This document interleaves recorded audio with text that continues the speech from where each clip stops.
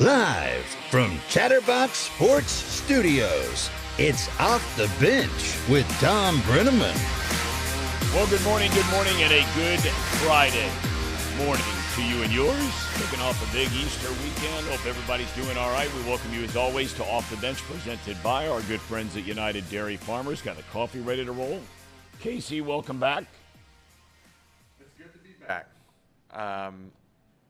Needed a day off. That's all I got to say. And you got a haircut. I got a haircut. That's good. Now I'm not looking super homeless anymore. Looked With like all that long hair. Well, there are other Stripy words beard. that perhaps could replace that word after that haircut. Yeah. You looked like a Viking. A Viking. Yeah, Leif Erikson would be proud. Well, what do I look like now? You look like Casey.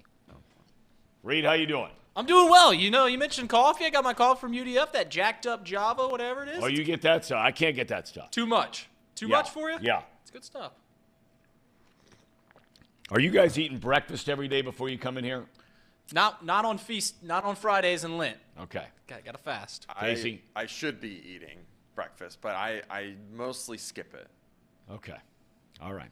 Well, we got a big show here today, and we come your way Monday through Friday, 10 a.m. to noon Eastern time. You can follow us a number of different ways. Start with YouTube/Chatterbox Sports, streaming live there every day, as we do as well on Facebook, the Chatterbox Sports page. Or if you'd rather join us in podcast form, just search Off the Bench with Thom Brennaman, and you're dialed in with whatever voice I have left. These are the repercussions of not yelling at people, but for cheering at high school sporting events. They didn't play last night, did The they? most purest, no, but it's 2 days. It normally gets you a couple of days, gets me anyway, a couple of days later. But I got a full week to gear up. Don't play again till Friday night. Friday and Saturday. A couple out-of-town teams. Take it to them. All right, the Masters. Let's begin there. How about that leaderboard after round one? I mean, you've got it all. You got many of the current greats on the PGA Tour.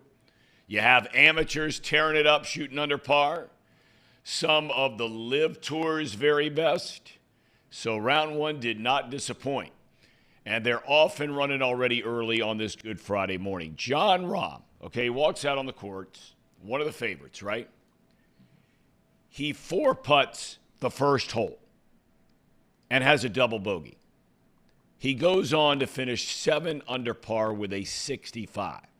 That score was the lowest ever in the history of the Masters by a player who had a double bogey on the first hole. Rahm shares the lead at the Masters with Victor Hovland and Brooks Koepka.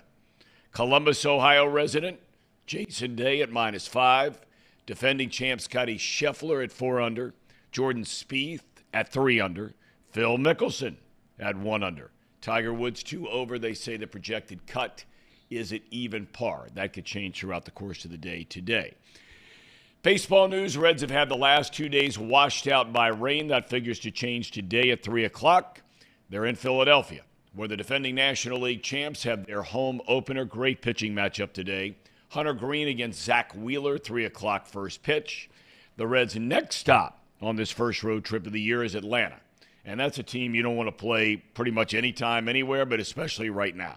6-1 to begin the year after a 7-6 win last night over San Diego. And speaking of the Padres, Reed, you're a big baseball guy. Yeah, Did you see this story? Yes.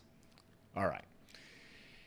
Fernando Tatis Jr., right? One of the big stars in baseball, gets suspended last year for PEDs, 80 games. But he's allowed to play, as that suspension carries into this year. He's allowed to play in minor league games. So last night, he hits a home run against a Giants AAA team in Sacramento. The pitcher who served it up, Cade McClure, jumped on Twitter after the game and called Tatis a cheater. He later deleted that text and that tweet. Why would he delete that? I have no idea, but it was funny because the tweet that he retweeted was like, Cade McClure will always tell the story about how he gave up a 460-foot bomb to Fernando Tatis, and he's like, no, I won't. He's a cheater playing in AAA, serving out a PED suspension. You're right. It's true. I mean, you don't have to delete it if it's the truth. Look, if you have the guts, which very few people do in this day and age, I mean, how many times do we open, if people open a newspaper anymore, but you jump on and you open an article on the internet. Anonymous.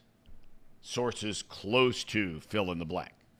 It's rare guys will ever put their name to it. I admire the fact this guy put his name to it. And then somebody got to him. You know they did. Somebody got to him. Right there in Sacramento, somebody with a team, somebody with the Giants, and said, oh, you can't do that. You can't call somebody that word. They need to find their safe space. It's a big word in your guys' generation. Safe space? Safe space.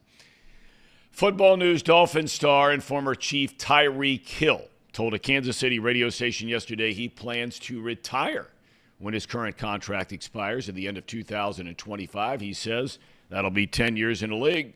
Time to move on, pack it up, and move forward. We'll see if he holds true to that. Now, coming up, this is pretty much a Good Friday, Football Friday. We're lined up with 3 guests to walk around our team-by-team look around the National Football League right here on Off the Bench. Leading up to the draft in a couple of weeks from now, we'll have Rick Stroud. He covers the Tampa Bay Buccaneers for the Tampa Bay Times. Been doing it a long time. He's joining us in a matter of minutes. At 10:40, Luke Johnson, the Saints beat writer, down in New Orleans, will join the program. And Jake Ansman, host of The Wheelhouse on ESPN Radio in Houston, will stop in to talk about the Texans at 11:30. We also have, thanks to you, Kirby, we have Nick Kirby coming up to talk about the Reds. Yeah, it's going to be great. At 11 o'clock. We got a big show today. Right? A lot of people on the chat before we get to Rick Stroud here shortly. Just want to see what's on their mind today, if anything. They're beating you up per usual. Reed, you take a regular beating around here. Because you do dish it out. Yeah. You came out and said today on the chat, Jason Vossler stinks. He does. He does stink. I know he's playing well. But if you make it to the bigs, you can play 1 week well in the bigs. Everyone's jumping on, buying some Vossler jerseys. Vossler, similar to what Casey thinks of the Browns, he stinks. The Reds stink. Every piece of it. I have fun with you guys. Well, I just don't understand why in the world you would go out. This young man has been in your organization. You guys never gave him a chance. What's that say about you? He's got more home runs than anybody on your team. And you didn't even give a guy a chance. How many home runs does he have? He has 3. Oh, well, that is more than anyone.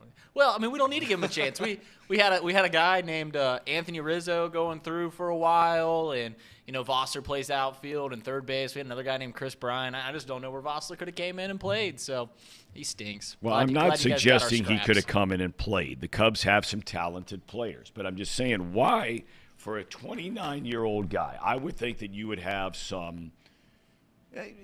What's the word I'm looking for? At least give the guy a little bit of rope. He's been in the minor league since he was 22 years old.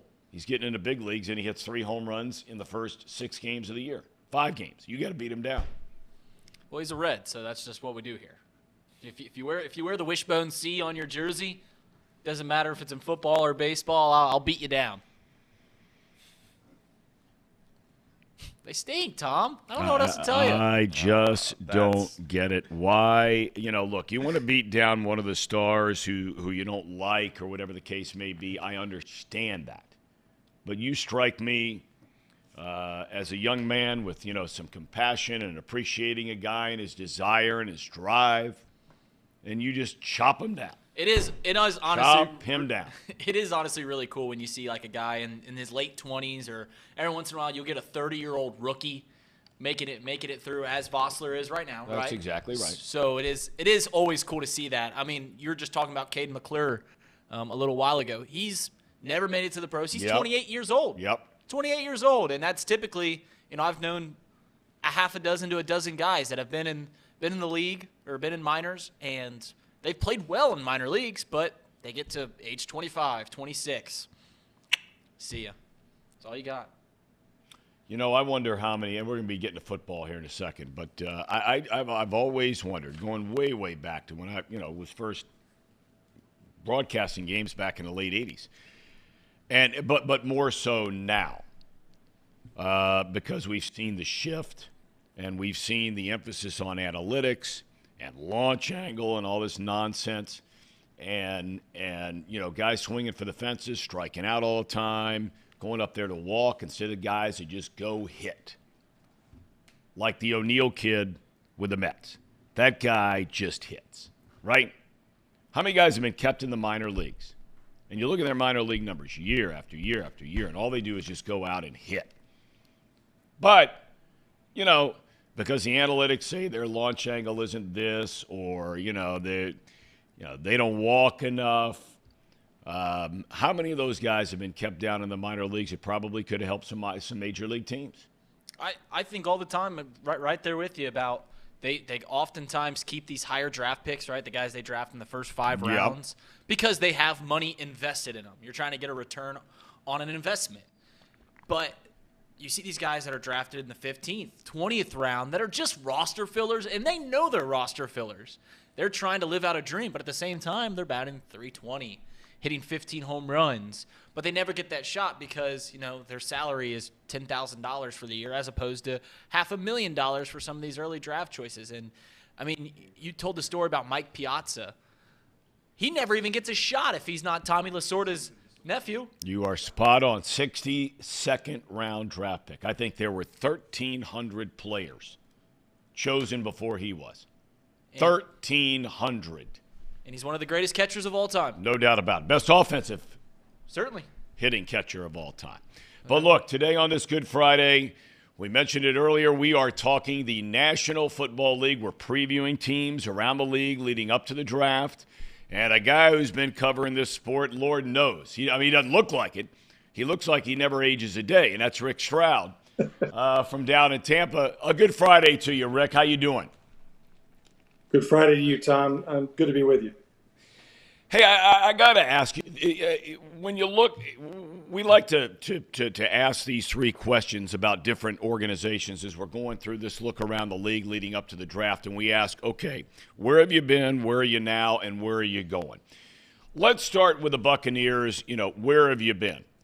This was a team that they brought in Tom Brady. They win a Super Bowl. The coach steps aside. Todd Bowles comes in, takes over. Brady retires, decides to come back. Great receiving core, so on and so forth. Looked like the defense was going to be good.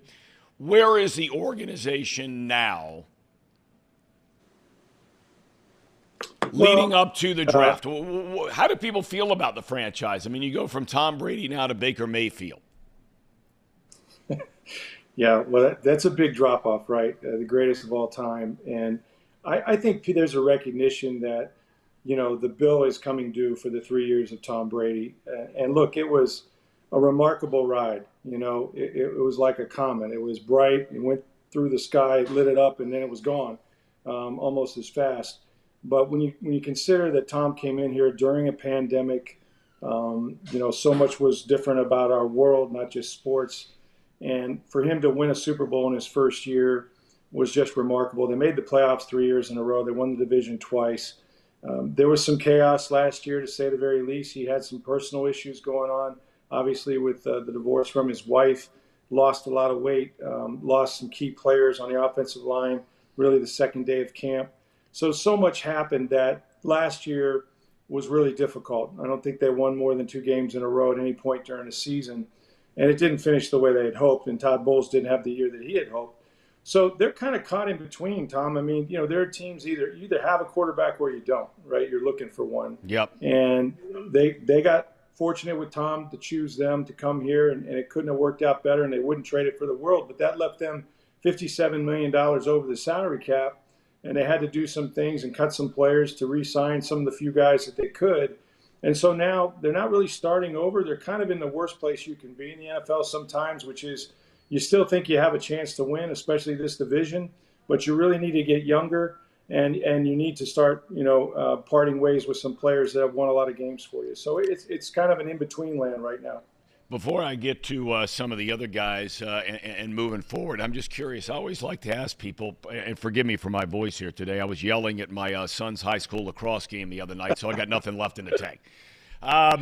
But being around Tom Brady, What do you take away from being around him the last 3 years that just for, us regular fans, we watch a guy, the career he's had, the greatest of all time, et cetera, et cetera. But what struck you, if anything, maybe that we may not know much about Tom Brady?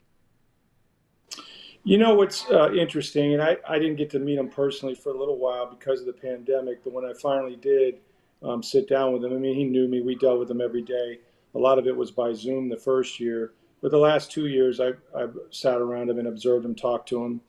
The first thing I would say is that he's one of the most humble superstars in sports I think you'll ever be around. Yep. When you're in front of him one-on-one or in small groups or whatever, he's incredibly present.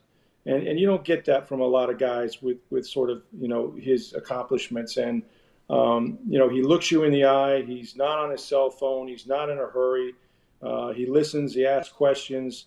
And I think that's sort of been the recipe to his success is that he can integrate himself. I mean, these players he was playing with, some of them were born the year that he came into the NFL. I mean, it's remarkable to think that, but it's true. And yet he could relate to these guys and be one of the guys, even though he clearly wasn't in terms of his stature and his accomplishments. But he loves everything about the game. I mean, he loves the preparation. He loves the locker room, and the one thing I think he imparted on these guys almost from the first day is, what it takes to win in this league, the commitment you have to make. And no one has made a bigger commitment in this sport than Tom Brady, physically or mentally, right, to play at 45 at the level he did. But I think guys didn't want to disappoint him when he got here. They felt fortunate that he chose the Bucs.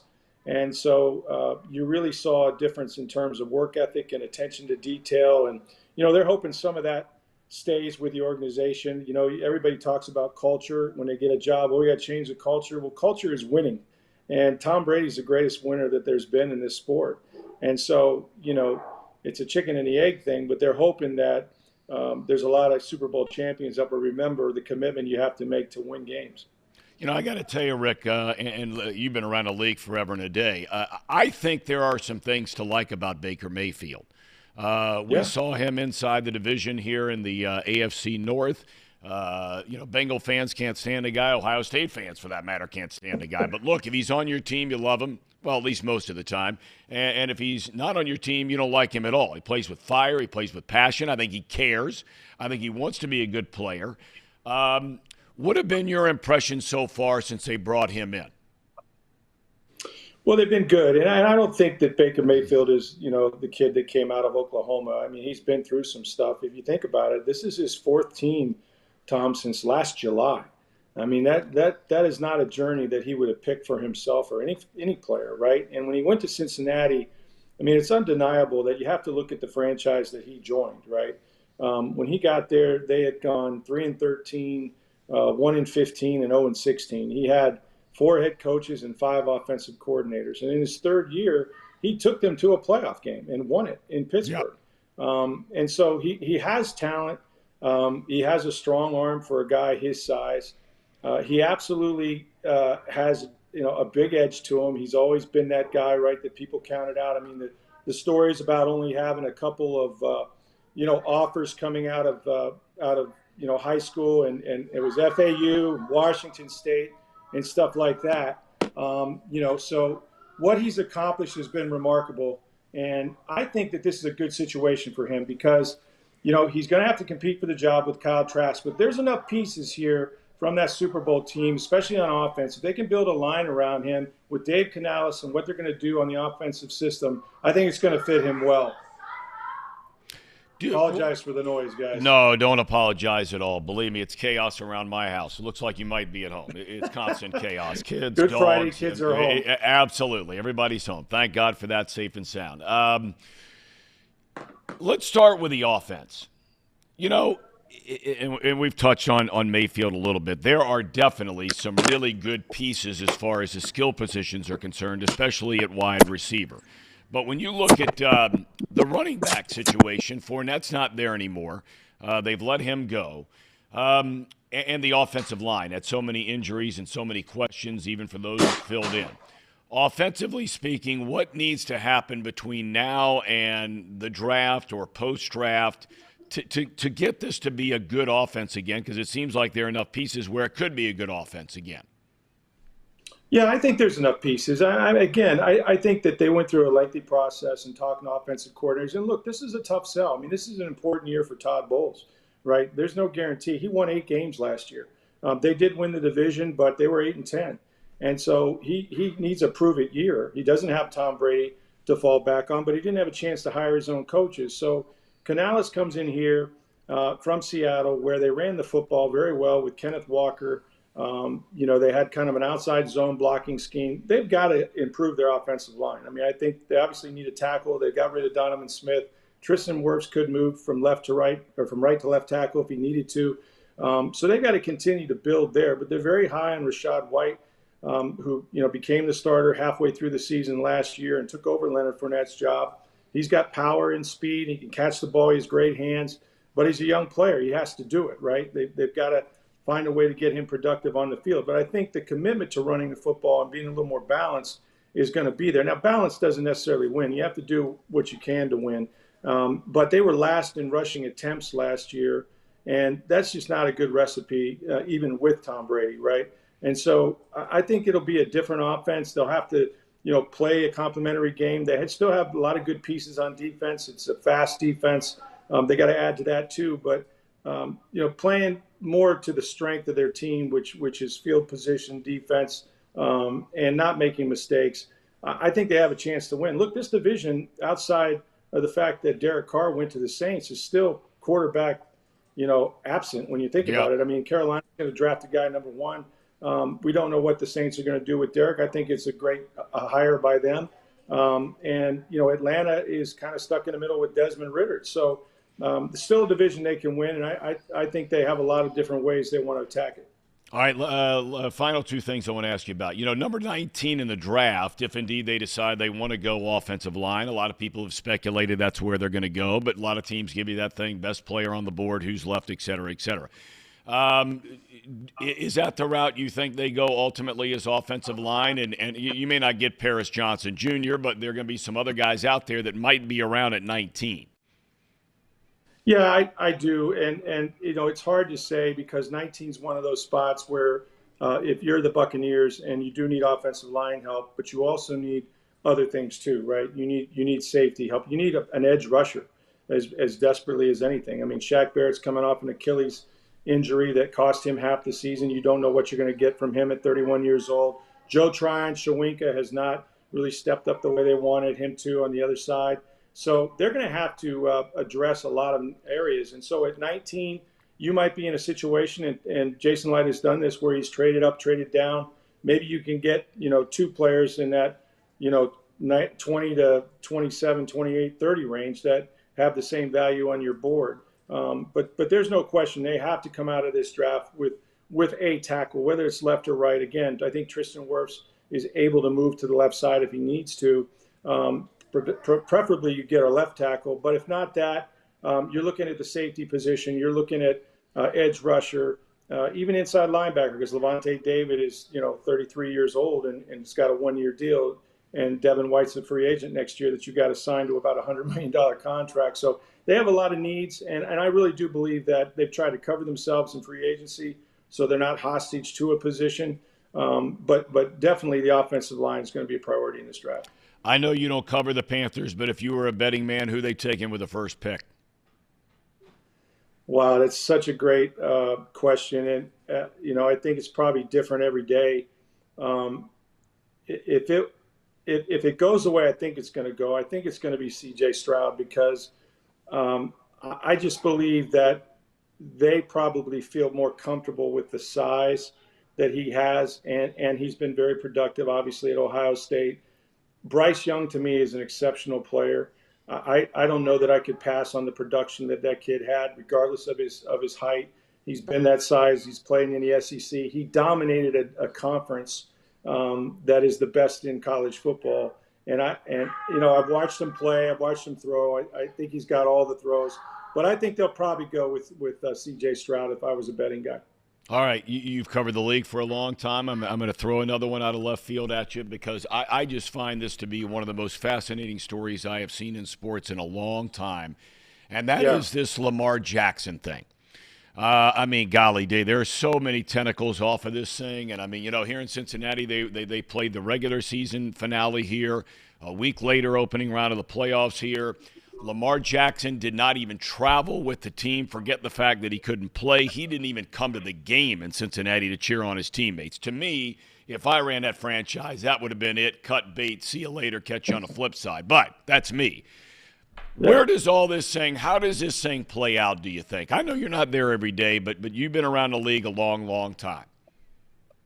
Yeah, it's a difficult situation, and I do know Todd Monken pretty well, who coached here and had Baker in Cleveland for a year, and he was brought there, to help Lamar Jackson and to install an offense that, obviously parts of it was successful at Georgia, and just in talking to him, he's like, look, if Lamar's not going to be here in the off season, in OTAs and all that.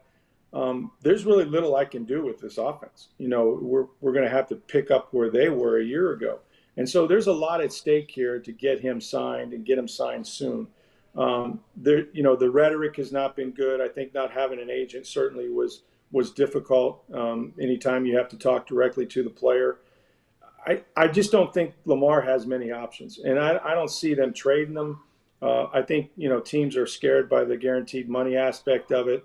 Plus, you can go through this whole exercise and not get the player because they could match it, right? Yeah. So I think he's going to end up playing in Baltimore.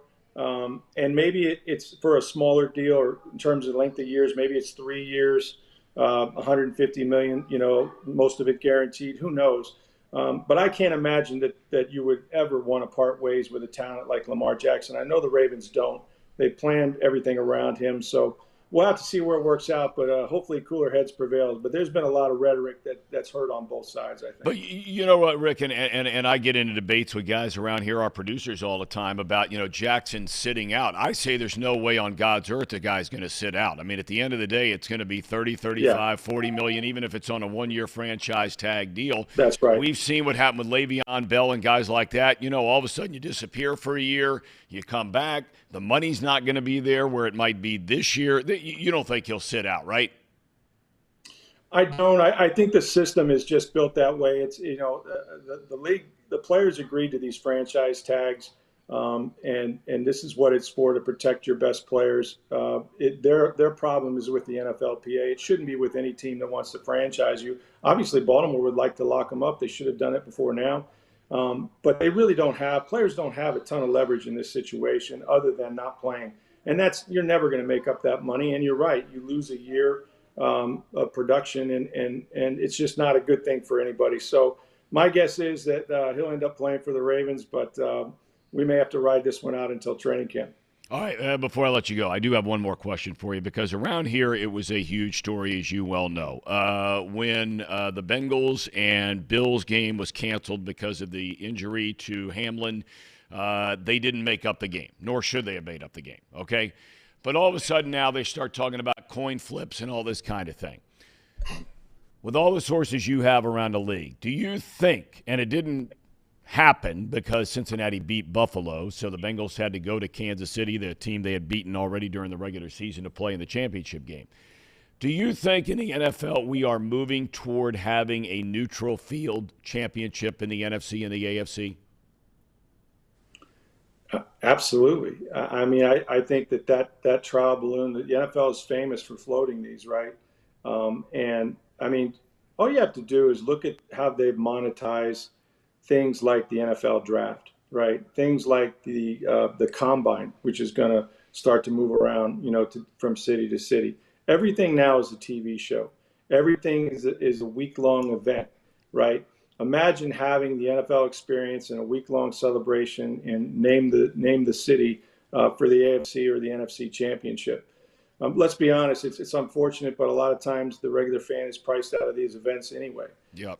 So I absolutely do believe, and I think it's unfortunate. Home field advantage should mean something. If you're in Buffalo and it's 20 degrees below and snowing or whatever, that should be your advantage for winning it all, for having home field. But I think when they get to the championship game, I expect that to happen. It's just like, they can't get too much of anything if someone's willing to pay for it. We're going to have 2 Thursday night games at one point, I think. Maybe they tabled it for now, but that's going to happen at times. And so I looked at that and I said, okay, this is where the league is heading, and I'm not sure that it won't get there eventually. Well, Rick, I can't thank you enough for your time, my friend. You've been doing it so well for so long, and keep on rolling, my friend. Thanks for our visit today. Really appreciate your time. Thanks for having me, Tom. And I'm going to tell 2 little girls they need to be quiet when Dad's on these Don't shows. ever tell the little girls to be quiet when Dad's doing it. I mean, come on. You got to be hanging out with them. Go have fun. Good Friday to you, and happy Easter Tom. Weekend. Same to you. Thanks for having me. All right, thank you so much. Now, that guy's on his game and has been for a long time. You go down there, certain cities you go into, and there's like that Mac Daddy in the town, right? Mm-hmm. That's the Mac Daddy. Of Tampa? When you roll into Tampa. Ooh, he was on it. I mean, he knows everything about everything going on. I mean, he doesn't even bat an eye. You ask him about Lamar Jackson, boom. I know Todd Monken. You ask him about the league, trial balloon, championship, boom. It's great. I think it'd be a shame if it ends up. I agree with him. I think that's where we're going. And I think that I think the league quietly, and Bengals saying, fans look at it like, they were rooting against us. Casey's one of those guys. They were rooting against us. They're rooting against us. But I think they wanted that game to be played in Atlanta. I think they wanted to see what would happen if you had a championship game last year, and it was only going to be in the AFC game because of the lost game by the Bills and the Bengals. But I think the league wanted to see, as that proverbial trial balloon, what would that look like playing at a neutral field? It would have been in Atlanta, the Bills against the Chiefs for the AFC championship game, because he's right. At the end of the day, it doesn't matter if it's a National Football League or your finances at home. Money talks and the BS walks. What benefit would they have from going to a neutral site? Just getting more fans? Money. I mean, money. They'll pick these stadiums just like the Final Four does in basketball. They'll go to these stadiums that have 75, 80,000 seats. They're going to run up the price. They're going to have the whole NFL experience thing. They're going to go to good weather places or places with domes where you can have that whole experience like you do at the Super Bowl. Sponsors, corporate people, everybody coming in, right? That's what they want. That's what they are. Do you see this happening within the next 10 years? Oh, yeah. Within 5. Within 5? Within 5. I would bet on it. I hope I'm wrong, because I think there's something to be said, like he said. I mean, I think there's something really cool about the Freezer Bowl here in Cincinnati years ago, right? Yeah. I think there's something to be said for watching a championship game in Buffalo or Kansas City when it's snowing sideways and all that kind of thing, instead of the perfect conditions in the dome and all that sort of noise. But, yeah, I think it's definitely going that way. All right, we have lots of football to talk about today. Joining us in less than 10 minutes will be Luke Johnson. Hear more about the NFC South. He covers the New Orleans Saints down there. So we'll take a break. Ham and Eggers, take it away, boys. Mr. President. It's that time of the show, the Ham and Eggers. These guys are great. Trust me, I would know. I introduce all the best segments. Casey, I got a question for you. Simple question. Simple question? Yeah. I'm all about simple questions. I need you to go back in your memory, because I know the first time that I've heard this word. But when was the first time and where was the first time that you heard the word alkaline? First time I ever heard alkaline. For me, go ahead. I think it was Pawnee. Well, it wasn't the. I think of back gaming, batteries, right? And what do batteries do? They produce energy. And you can think of it the same way with Pawnee water. It's a new alkaline water, and alkaline water has been shown to give superior hydration benefits versus regular water in a clinical study, and no one does it better than right here in Hamilton. Pawnee water. It's a natural limestone filtration. That's better than those artificial processes at all those other places, man. And I got to tell you, it's just great stuff.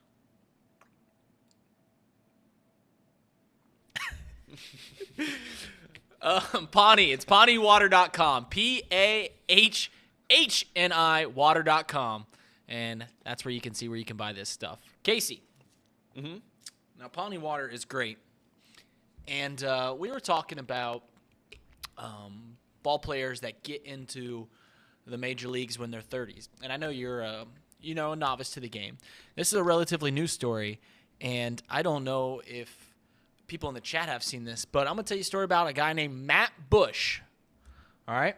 Okay. Matt Bush is a relief pitcher now for the Milwaukee Brewers. And Matt Bush was famous for being drafted first overall back in 2004 by the San Diego Padres. And the reason that he was selected, everyone was wondering, the Padres were trying to save money.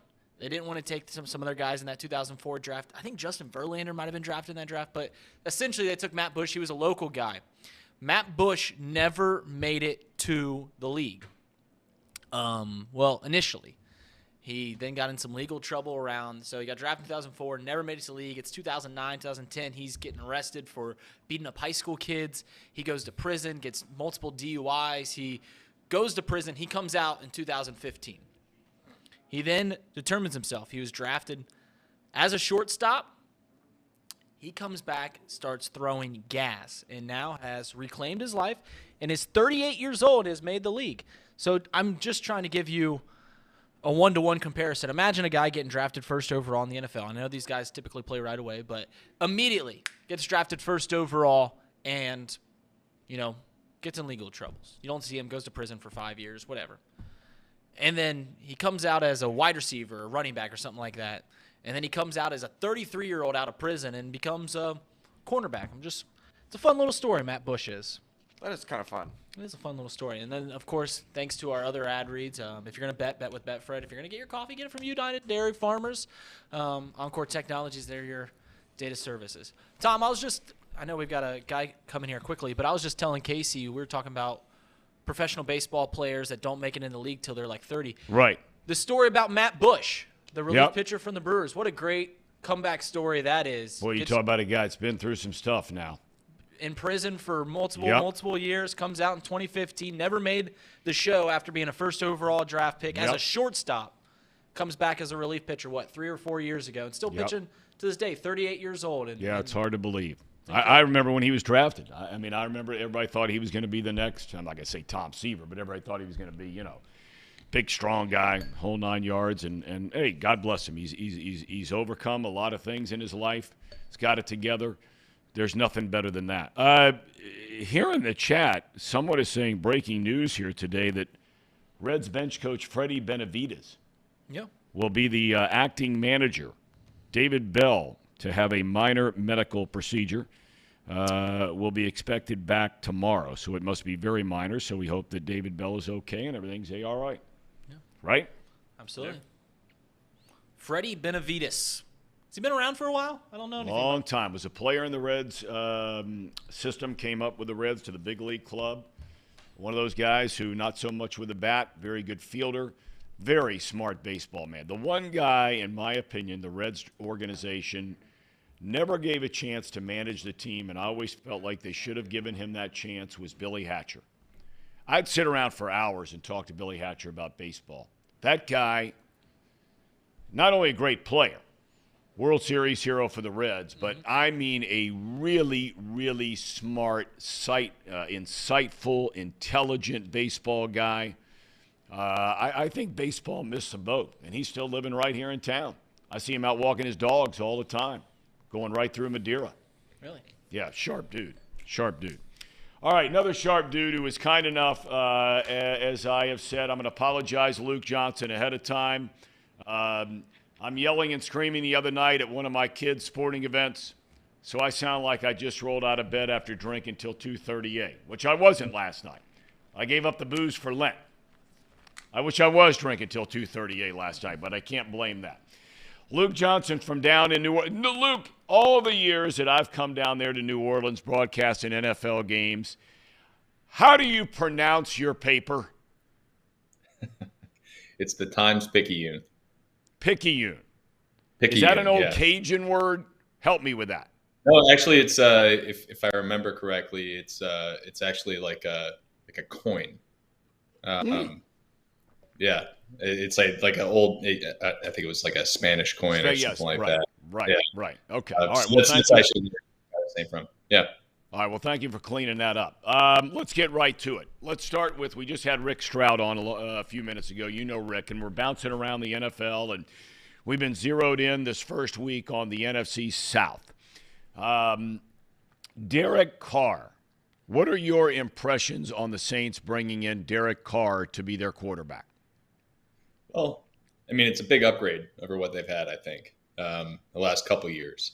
And I think there's an opportunity here for Derek Carr to prove that he's better than maybe what he's shown so far in his career. I think a lot of people around the league will tell you, there's when you have a guy who played for the Raiders for 9 years. I mean, that's kind of a hard thing to overcome.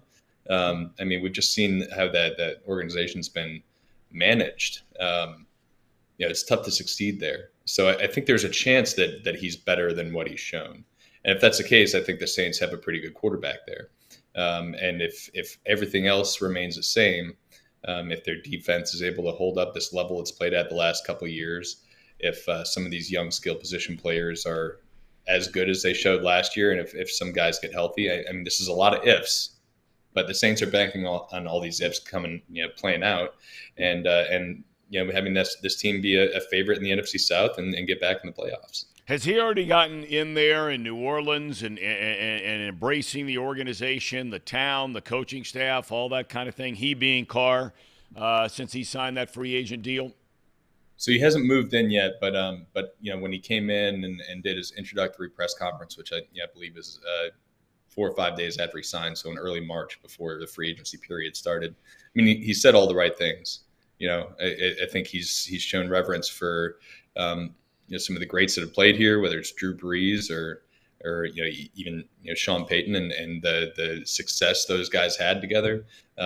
He said all the right things about New Orleans, and this is really the kind of place where if you are deferential to the city itself and to everything that makes it great, people are going to love you here. And I think he's kind of understood that. I think he's made all the right steps to this point, but he's not here yet, and I'd expect that to change in the next month or so. All right, let's back up a little bit since free agency happened and they bring in Carr. You talked about the defense a little bit, but expound upon that a little bit, if you would, Luke Johnson, because there are some guys that have walked out the door as free agents. How do they feel about the defense right now leading up to the draft? I think they feel pretty good about it. I think their back end is really solid. I think their two starting safeties, Marcus May and Tyrann Mathieu, are as good a combo as you're going to find in the NFL. I think Marshawn Lattimore, when he's healthy, I think is still a top 5 corner in the NFL. And then they got 2 young guys that they're really fond of, and Alontae Taylor, the 2nd-round pick last year, and Paulson Adebo, their 3rd-round pick the year before. Both of those guys played really well last year. It starts there.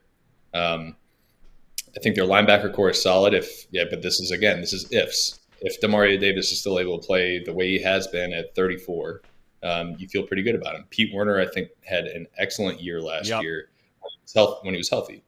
So this is all these caveats, right? And then you look at the defensive line, and that's really the area right now where you can see them potentially taking a step back. Cam Jordan is not getting any younger. He's stayed as a very productive player for his entire career, but at some point you have to wonder, when it's going to fall off. They're going to have an entirely new defensive interior. They let both of their guys go, and David Onyemata, who signed a $12 million a year contract. They're never going to match that. I think that's a big overpay for him. And Shai Tuttle, who he signed a $5 million a year contract with the Panthers, and you could probably find a lot of guys like Shai Tuttle. I think that's probably a good move not to bring him back, but you're going to have new guys who you don't know as well. And then, on the other defensive end spot, they ended the Marcus Davenport experiment. He was never healthy enough to deliver on his potential, so they let him walk. And now they got to figure out whether Peyton Turner, their first rounder from a couple of years ago, is going to make it in the NFL. He's only played like maybe 10 or 11 games in his career since they picked him. They got to find some impact guys there, I think, because their defensive line is critically important to what they do. I mean, it wouldn't surprise me to see them good D-line 1-2 in the draft later this month. All the years I was coming down there and doing games, and Breeze was there, and Peyton was there as a coach, I think a lot of people who didn't see the Saints play regularly thought they were just a slinging around kind of team. They actually were not only a great passing team, they year in and year out were among the top 3, 4, 5 running teams in the NFL. They have a defensive-minded head coach now. Peyton was all about the offense. What's the identity going to be like now with this team, do you think, offensively? Or are they still looking for that identity? Yeah, I think they still are. And look, a lot of this depends on who Derek Carr is, right? And I think there's a lot of talk around here about Derek Carr playing kind of a similar game to what Drew Brees did, right? And that's being somebody who's like in full command of the offense. It was one of the reasons that New Orleans was an attractive spot for him, frankly. Is they want somebody who's going to come in and be in control of this thing, and is going to have a couple different plays when he goes up to the line of scrimmage, and he's going to make the call, But at the same time, when I think you're looking at what Dennis Allen wants to do, there's no doubt in my mind he's one of the more conservative coaches in the NFL. Yeah. Right. I think there was this stat that just boggled my mind. I figured it out in like week 16 last year, but they went like the last 12 games of the season, I think up until week 18, like without attempting a 50-plus yard field goal. It's like that sort of thing where he doesn't go for it a lot on fourth down, and he doesn't want to attempt these long field goals. He's very conservative, and I think that's going to play out with the way this offense looks. I think they're going to be a run-heavy team. There are going to be games when Derek Carr's throwing it 35, 40 times, but that's not what they want to be. I think that's why they made it a priority to go out and sign Jamal Williams. And I wouldn't be surprised if they added another running back to the mix because that's kind of what they want their identity to be. They want to grind teams at dust on defense and offense. And now you got a better quarterback who can then kind of play off of that and take advantage of that a little bit better than they have in the last couple of years. Not following the team every single week, what happened to Alvin Kamara? I don't think he's any different than the player he was in 2019 than he has been the last 2 years. The problem is that they haven't had good quarterback play. He has been the only player on that offense that anybody has to worry about. And then on top of that, the Saints are using him in a completely different way than they have been. Yeah, I don't think Alvin Kamara is at his best when you're just running outside zone 15 times a game and slamming him into the line. And it's basically what they've been doing. I mean, he's set career highs and touches both of the last 2 years. He's been dealing with injuries both times. And then, I think there was like a 4 or 5 week stretch last year where he's facing 60% of the 60% of the time he's touching the ball, he's facing an 8-man box. Right. This is just not going to work. And I think that's why it was important for them to go out and get somebody who's a capable number two. It was important for them to go out and get a quarterback who teams are actually going to fear.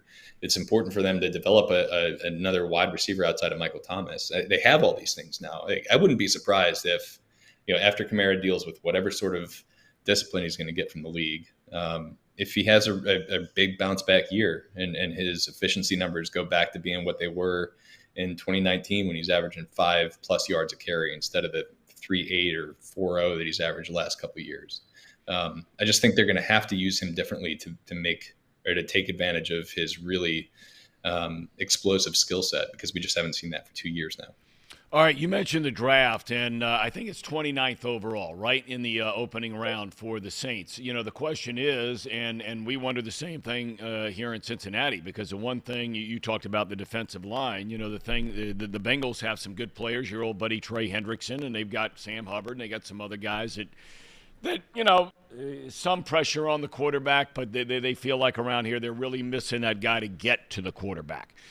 Can you find that guy in the first round with the 29th pick?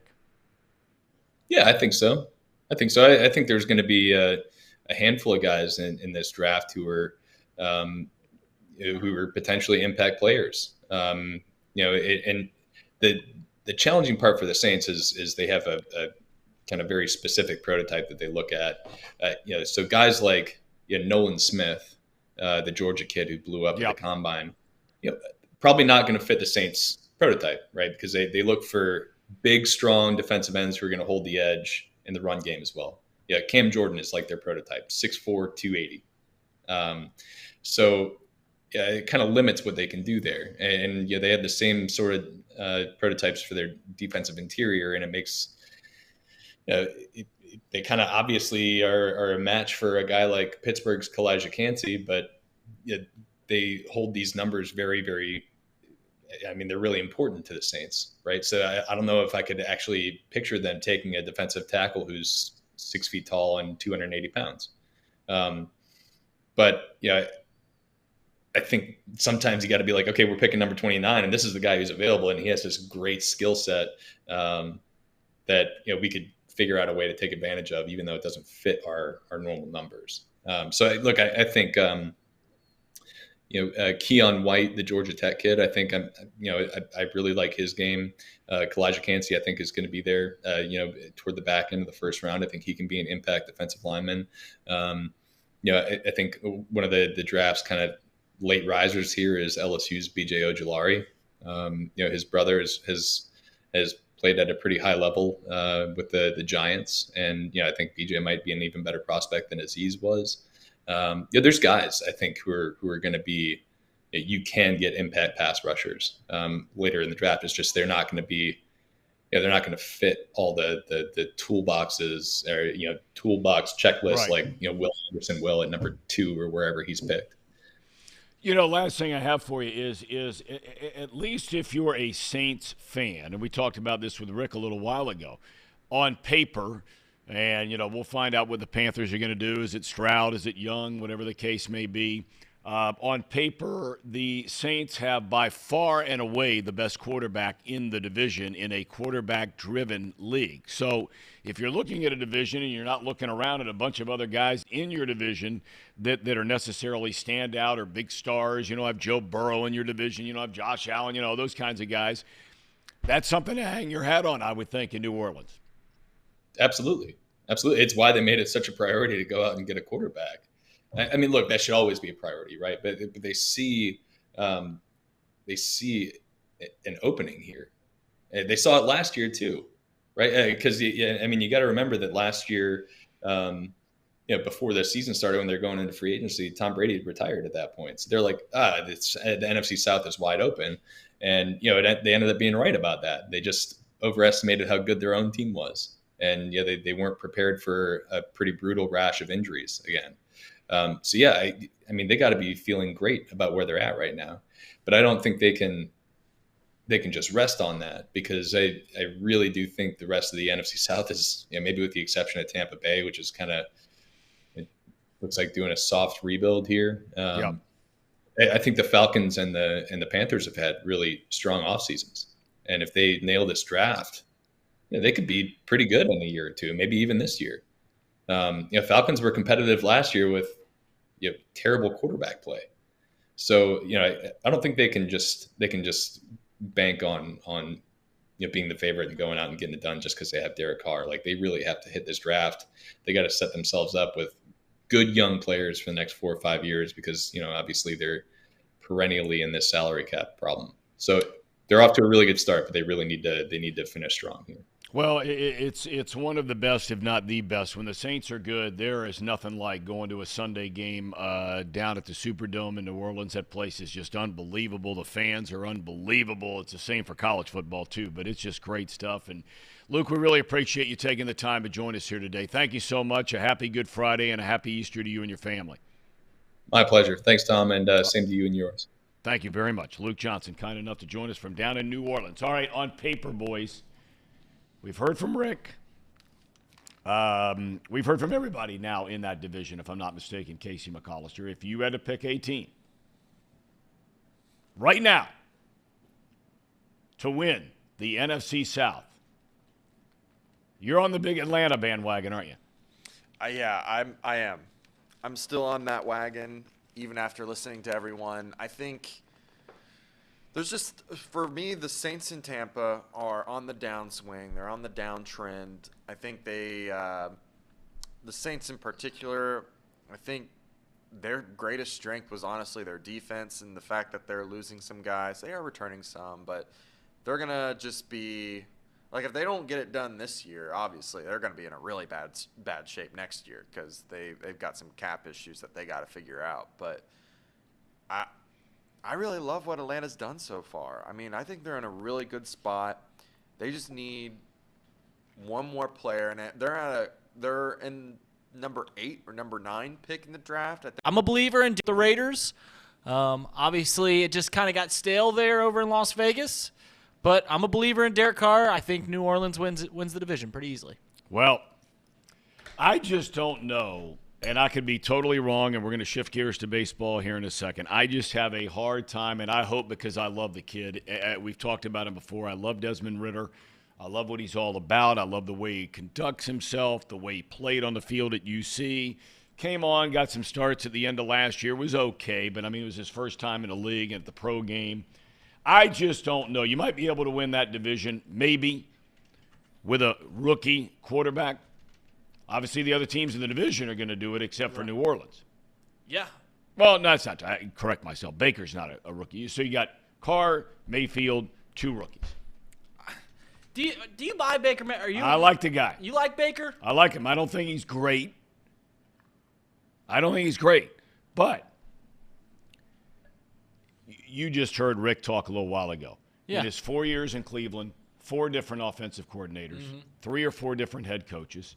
He's been now with 4 different teams in the last year.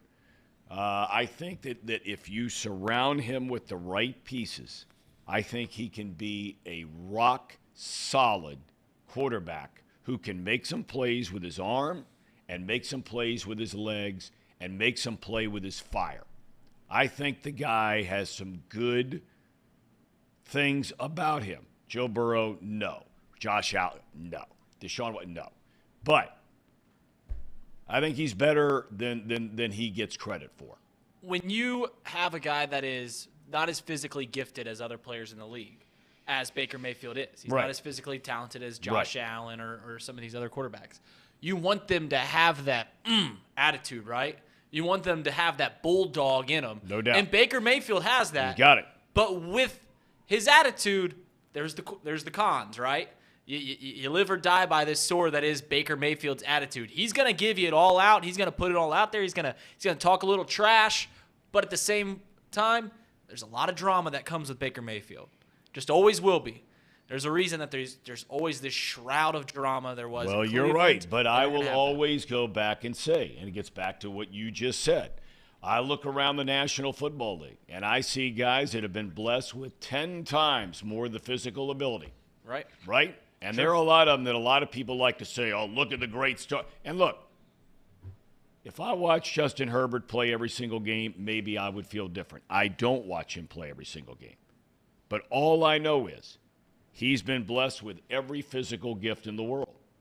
Now, they had some injuries on the offensive line, especially on defense. They were ravaged on defense.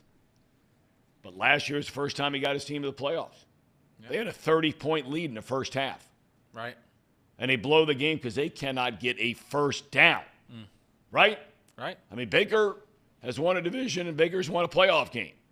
Yeah. So, and that's with one of the worst franchises in sports. Casey's guys. Cleveland. Ew. Disgusting. They stink, Tom. They don't stink. They stink. They have stunk, but they don't stink. The question is, do the Reds stink? No. They don't stink. They don't stink. I feel like we're going to hear from a guy who doesn't think they stink. So you guys are saying the Reds don't stink. I think they stink. They always will stink because they're the Reds. No. This ain't 1990 anymore, Tom. No kidding. Nick Kirby wasn't even born in 1990. I think he was around. He wasn't around. Kirby, were you around in 90, or do I stand? You're 3 years old? Yes, sir. 3 years old. Remember it vividly. Look at all that. I mean, you got a shrine down there. I mean, that is a big league man cave setup down there you've got set up. Well, I'm up in the Cleveland area, so I got to try to bring Cincinnati with me.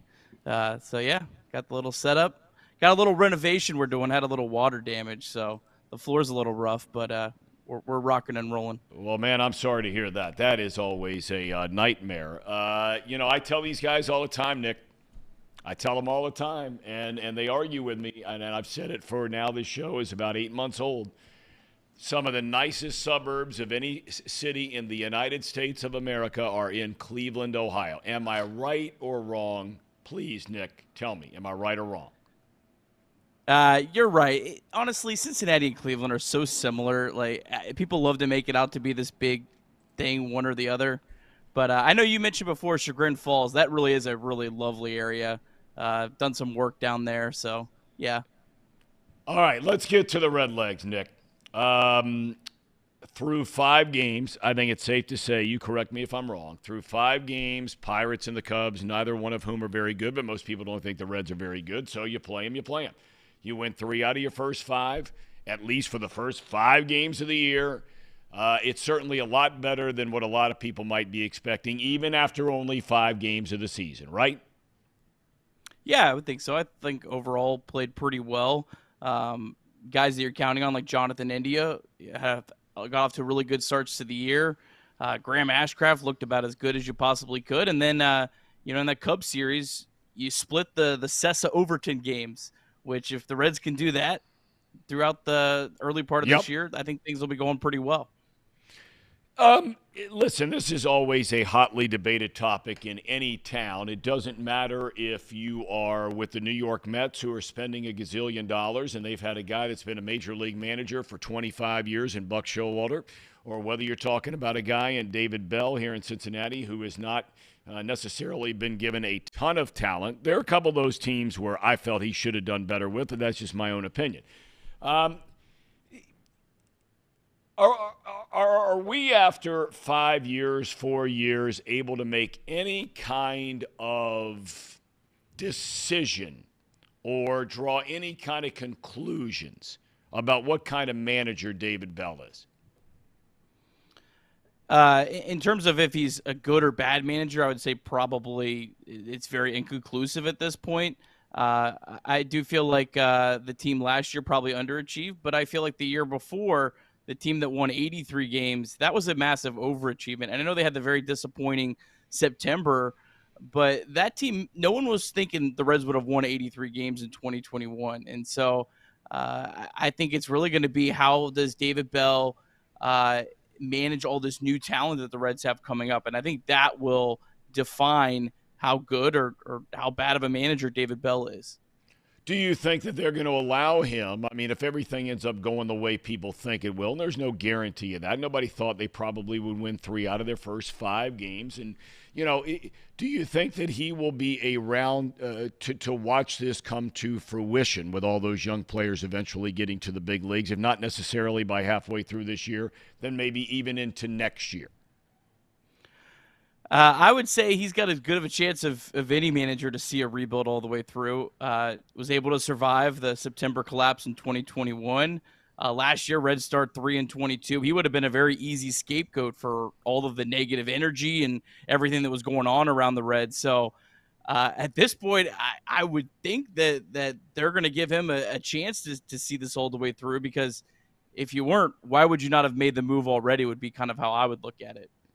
All right, you look at the state of the franchise and the players that are on the field right now, and we know that Votto will be coming back here very, very soon, if not on this current road trip. Maybe when they return home the next time. We'll wait and see. Nick Senzel is still out there. He's on rehab. The bullpen will certainly change. But let's stay with the position players. As you look at the guys that are playing regularly now, who will we see of the young players, if there's any particular order? And I know circumstances can sometimes dictate that. If you get a shortstop that's hurt, you got to bring up a shortstop. But as you move forward, by the time this franchise hits July of this summer or August of this summer, what guys are in the minor leagues right now do you think are playing regularly for the big league club?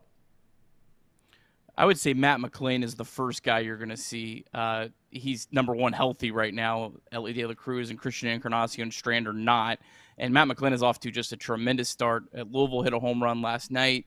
I think Matt McClain is really just an injury away from the big leagues probably at this point.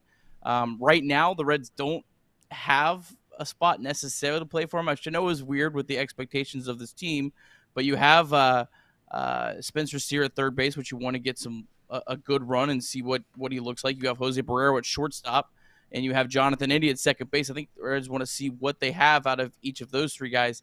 India may be more just how well he can improve defensively than anything else.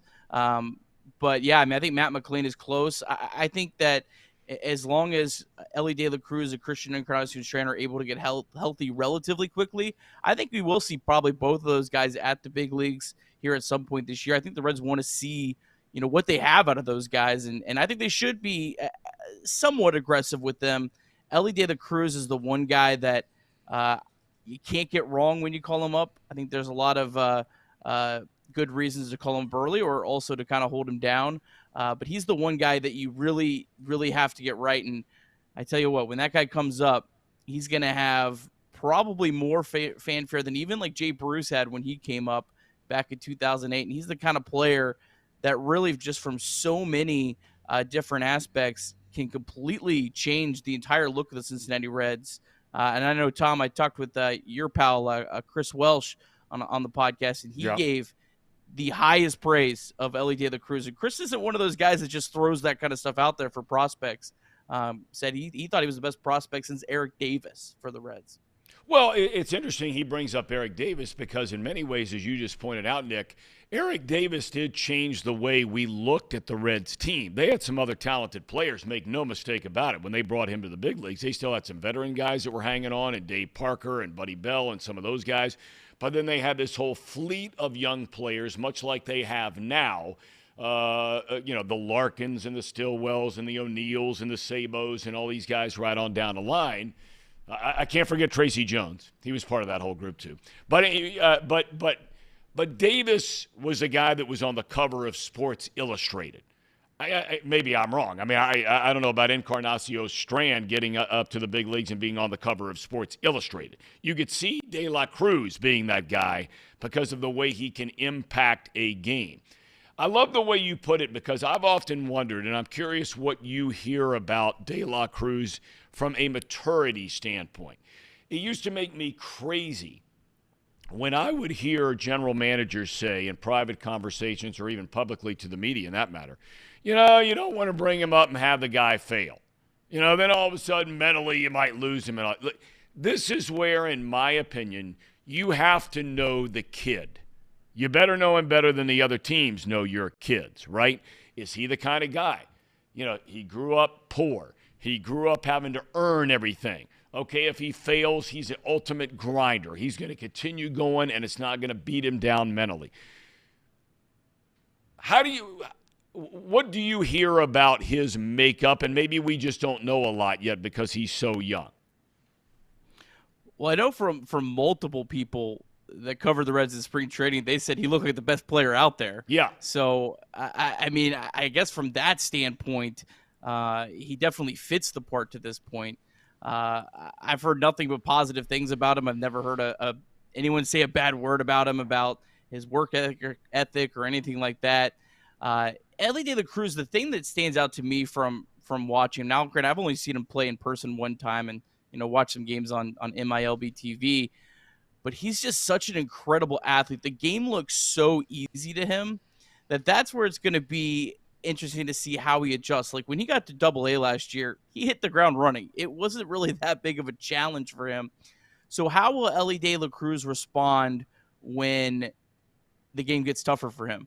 That'll be maybe what decides how quickly he can become a major league contributor, and we hope a major league star.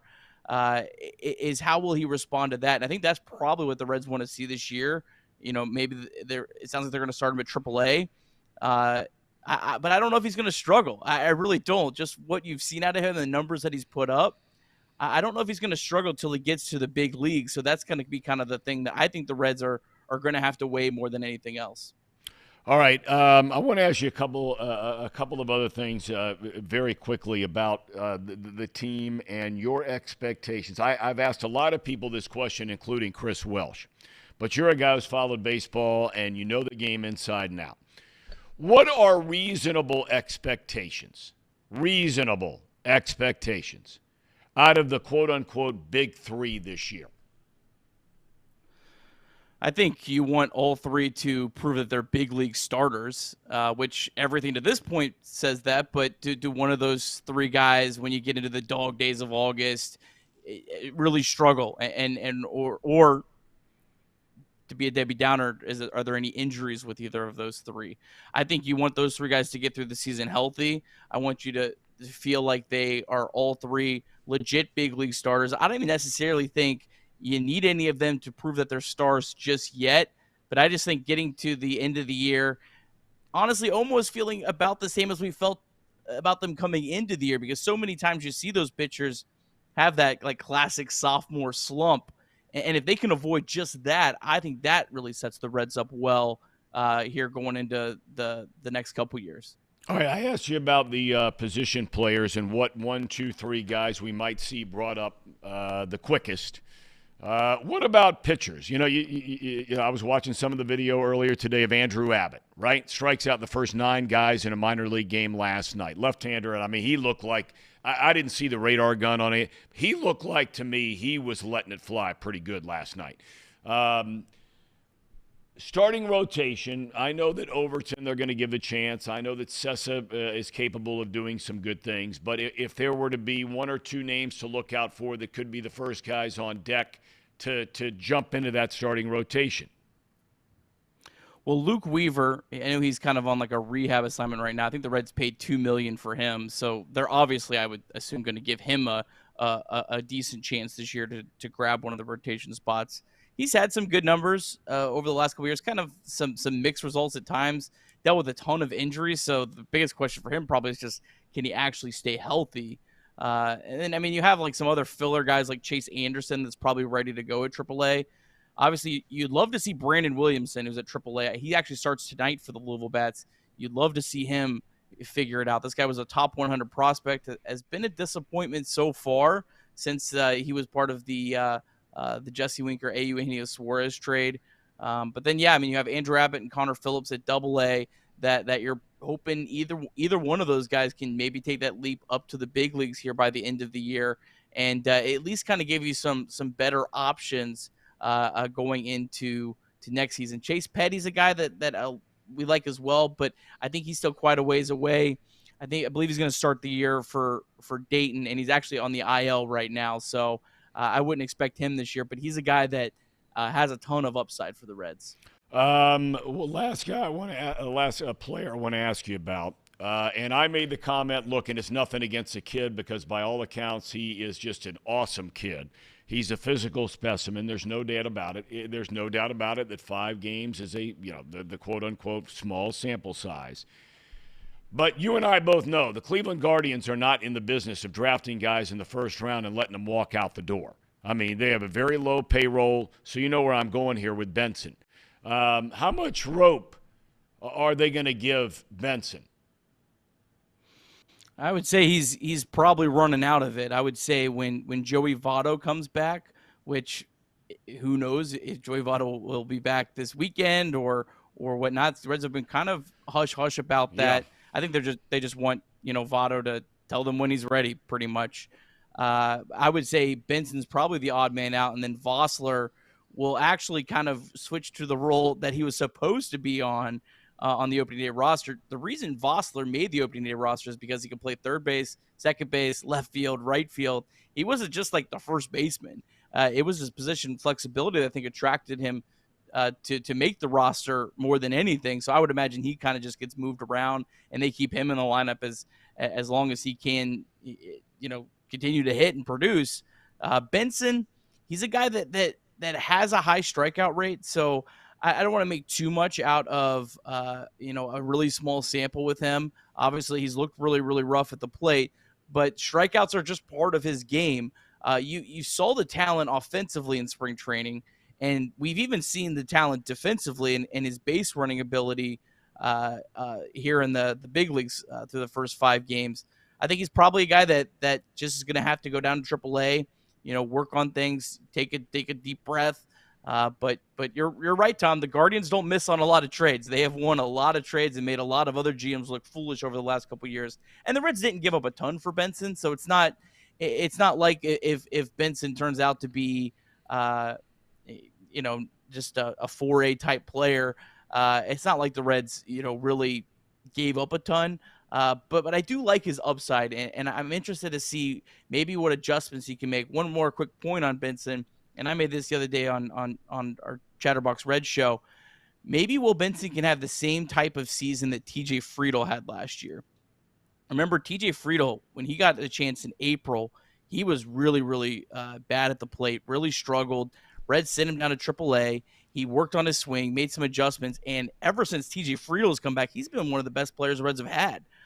So you kind of hope maybe Benson can go through that same type of mold this season, assuming he doesn't pick it up. I believe he's batting the 8th today, so he'll get a chance.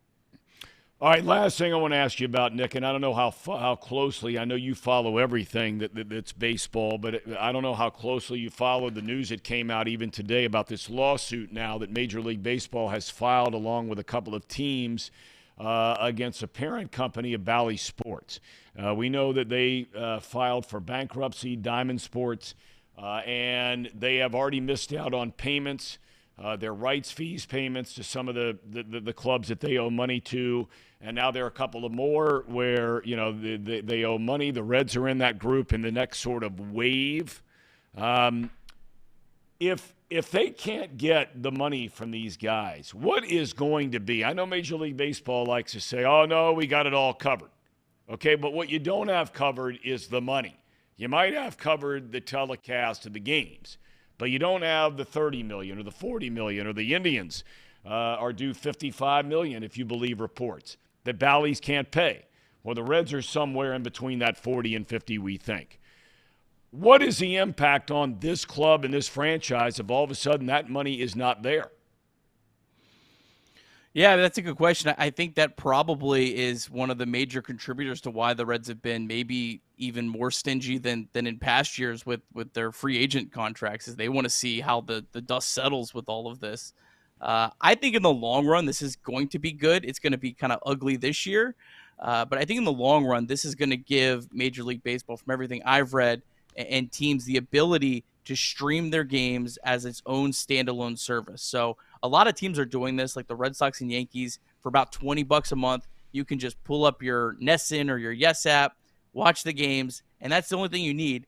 And I cannot tell you how many times Reds fans reach out to me and go, "I have no way of watching the team. It's not on YouTube TV or whatever." So I think in the long run, that'll be great for baseball. It'll be interesting to see how much revenue they can get from that. Yep. But it doesn't really matter because they weren't going to keep getting the same revenue they were getting from Bally. Though the Reds contract, I would think, went through 2032. So, I mean, yeah, that money would have been nice, but they weren't going to get that same kind of money in 2023 and beyond. This is the way that television and people are consuming baseball is going. So it's adapt or die. And I think it'll be good for Reds fans once we get past I think the sooner the Reds and Major League Baseball can cut ties with Bally. And it kind of sounds, reading between the lines, like Major League Baseball is trying to almost force the hand and get out of those contracts. They just want to be able to have the rights. I think it'll be really great for Reds fans, and I think it'll be good for maybe you get some more eyeballs on the Reds of people that wouldn't be watching otherwise. Right. I think you're spot on. I think that's true with baseball as a whole. I think more people in your generation, that if they're a Reds fan, Yankees fan, Padres fan, doesn't matter, if they can just push that button on their phone and all of a sudden the game is up and they're hanging out at their, wherever they are, and they can watch a game, it's much better than the current situation is now. Well, Nick, where can everybody find you? We know we're lucky to have you and blessed to have you here on Chatterback Sports, but what about day in and day out? Where can people find out what you got going on? Well, if you want to dive into the dark webs of Twitter, I'm at Nicholas P. Kirby, tweeting all the time about the Reds, and then Chatterbox Reds. Do live shows after every game, and podcasts available the morning after as well. Had Bryce Spalding did a special episode in this morning's feed. We talked about the Reds minor league season. The Dragons and Lookouts got underway last night. I actually was at Dayton's debut because they were playing right down the road up here at Lake County, about 20 minutes away from me. So I got to see that last night. Well, Nick, thanks so much for your time today, man. We really appreciate it. Happy Easter to you and your family. Thanks, Tom. Appreciate you having me on. All right, buddy. Nick Kirby, kind enough to join us. Curbs. Big part of Chatterbox Sports, dialed in all the time. He'll have a show today, right after the game. Yep. Him and Trace. We'll go live right after the game, right here on our YouTube channel. It's a better option than extra innings. Yeah, much It's better. a better option. I mean, you break it all down, and you're not beholden to anybody. Yeah.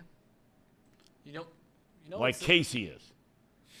We'll have 2 streams on our YouTube later. We'll have that, and then we'll also have the Miami Redhawks softball team playing the Buffalo Bulls right here on YouTube. What kind of a team does Miami have in softball and baseball? Their baseball team is I hear they're awful. yeah, they're not very good. They're like 6 or 7 and 23 or something like that. They're not the Bobcats. Okay, what about the softball team? Softball team has won the MAC 3 consecutive Yes, I knew years. they had a good program. 2019, didn't play in 2020, and then they made the NCAA tournament the last 2 years. They're a little bit on the downturn this year, but they're still they'll make the conference tournament, and they should win the conference tournament. They'll be favored to win the conference They're tournament. like halfway through their conference play. Yeah, they're still still got pretty plenty good. of time. They next week on Chatterbox, they welcome the #1 team in the country, Oklahoma softball, coming to town, coming up in Sooners. Yeah, so that'll be fun. Be a lot of fun. Well, the weather is making the turn starting today. We're hoping for the long haul. Have you seen that 10-day forecast? Looks mighty good. 80 70s, degrees. 80s. Yes. Sunshine. Yes. It's coming out right now on this Good Friday. Beautiful Easter weekend. Very thankful for that. Coming up here in a few minutes, we have Jake Asman from the Wheelhouse on ESPN in Houston talking about the Texans. Now, you talk about a team with a lot going on. A lot of people here, around here, we don't care about the Texans. Why would we? But if there was a team out there that you're looking at and that has undergone so many changes, starting with the head coach, they have a second pick in the draft, all that kind of thing, they got a lot going on down there in Houston. So we're going to talk about them. So Ham and Eggers, you guys take it away before we welcome Jake to the program here in a matter of moments. Gentlemen. It's that time of the show, the Ham and Eggers. These guys are great, trust me, I would know. I introduce all the best segments. Casey, we haven't directly talked about the Bengals today, but we have talked about the National Football League, and I don't know if you know this about the Bengals. They play in the National Football League, and when we talk about the Bengals, we are inclined to tell you that information is brought to you by Encore Technologies. Encore Technologies provides IT solutions for a data-centered world with a suite of services from mobile computing to desktop to data centers, supporting both centralized and work-from-home computing models to improve efficiency and productivity. I was supposed to give that to you. I'm new here. Visit Encore.tech. The path to innovation begins here. Casey. Yep. Today is Good Friday. About 1,990 years ago, Jesus died. So that's what we're celebrating. I guess celebrating today, mourning today. And then Sunday will be Easter. I had to tell someone recently, they're like, why is Easter a bigger holiday than Christmas? And it's plain simple. Every single person that has ever been here has been born. Only one person, to our knowledge, has come back from the dead. You got any Easter plans? As of right now, every family is doing it the day before. Oh, so and we've got a doubleheader on Saturday. all right, I'll see if I can scrounge up a producer last minute. I didn't know that. You should let me know that. You should let me know that. I mean, I'm not promising anything. No, I wasn't. I was fully prepared to work Saturday. I will try to do probably something though Sunday. Go see my family. Go see Alex's family for a little bit. You a churchgoer? I used to go to church quite a bit. Haven't been in a while. But You hate God now or what? no. No. You gonna put any Easter? You put any like Easter baskets for Alex or anything like that out? No. Their family is super big into doing the gift baskets and like Peeps they do like they hold up that tradition very well. My family was never really big into that.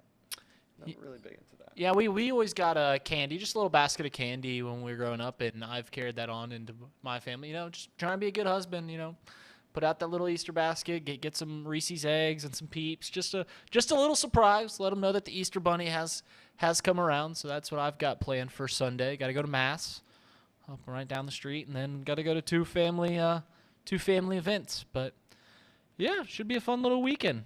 What did you do on your day off yesterday?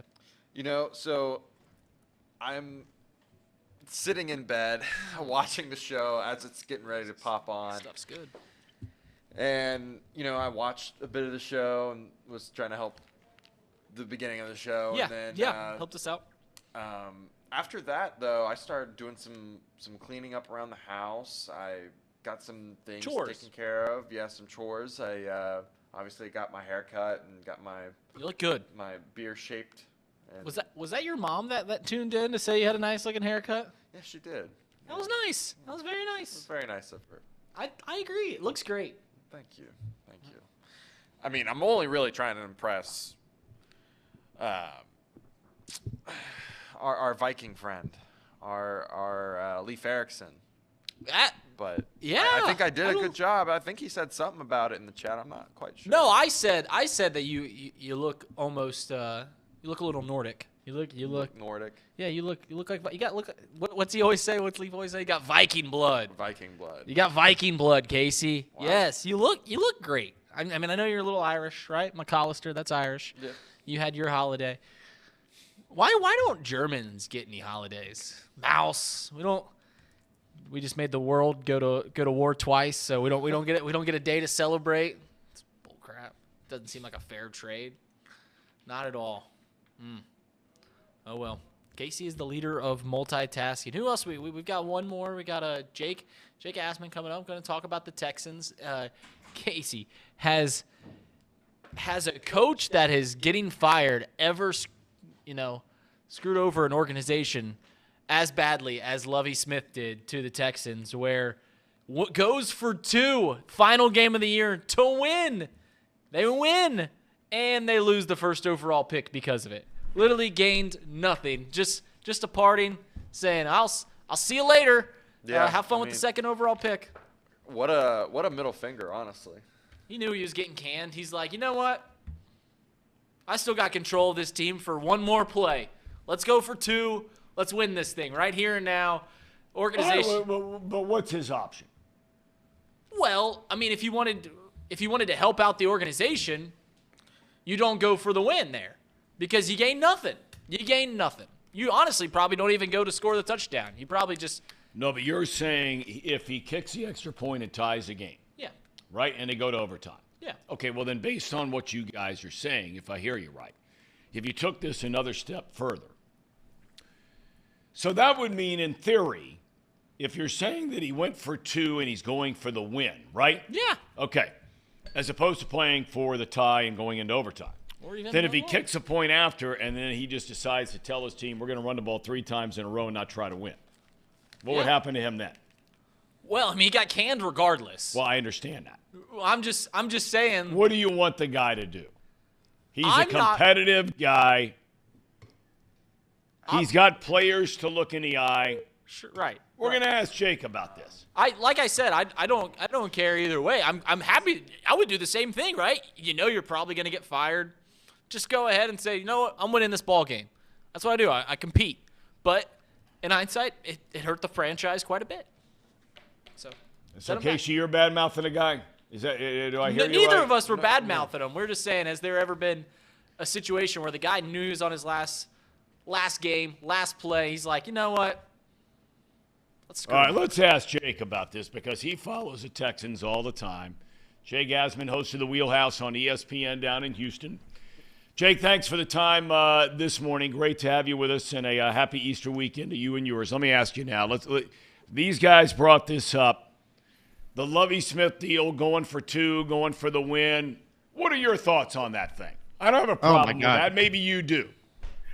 Look, I have no problem with what Lovie Smith did trying to win the game. The man knew he was getting fired. What does he care if the Texans end up with the first overall pick? The biggest issue I've had with that, and I've been hammering the Texans for months on our radio show down here, is why the heck did you allow Brandon Cooks to play in this game? Why did you allow Davis Mills to start this game? You look at what the Bears did. They're playing Nathan Peterman at the end of the year. They're shutting down Justin Fields. And it was obvious they did everything in their power within the rules to go out there and lose to get the number 1 pick. You can't ask players to lose on purpose. You can't ask coaches who aren't going to be back to lose on purpose. But Cal McNair, the owner of the Texans, and Nick Caserio, the general manager of the team, should have manipulated the roster in a way that set the Texans up to lose that last game, because now they're sitting here, and if they love Bryce Young, well, guess what? There's a chance you might not get the guy, and you're not getting the quarterback you wanted all along. So the biggest issue, just mentioning some of the players, everyone knew Brandon Cooks wanted out. He requested a trade in the middle of the year. He quit on the team. They took away his captaincy in the middle of the season over what happened in the locker room. So the fact that he was even out there, Tom, the last game of the season is absolutely absurd, and it obviously backfired against the Texans. All right, now, look, I've known Lovie Smith a long time. I think he's a good man. Everybody will make a decision on whether or not he's a good head coach or not. Move on. Okay, and that's what the organization has done. It seems to me here, you tell me you're down there, I'm not.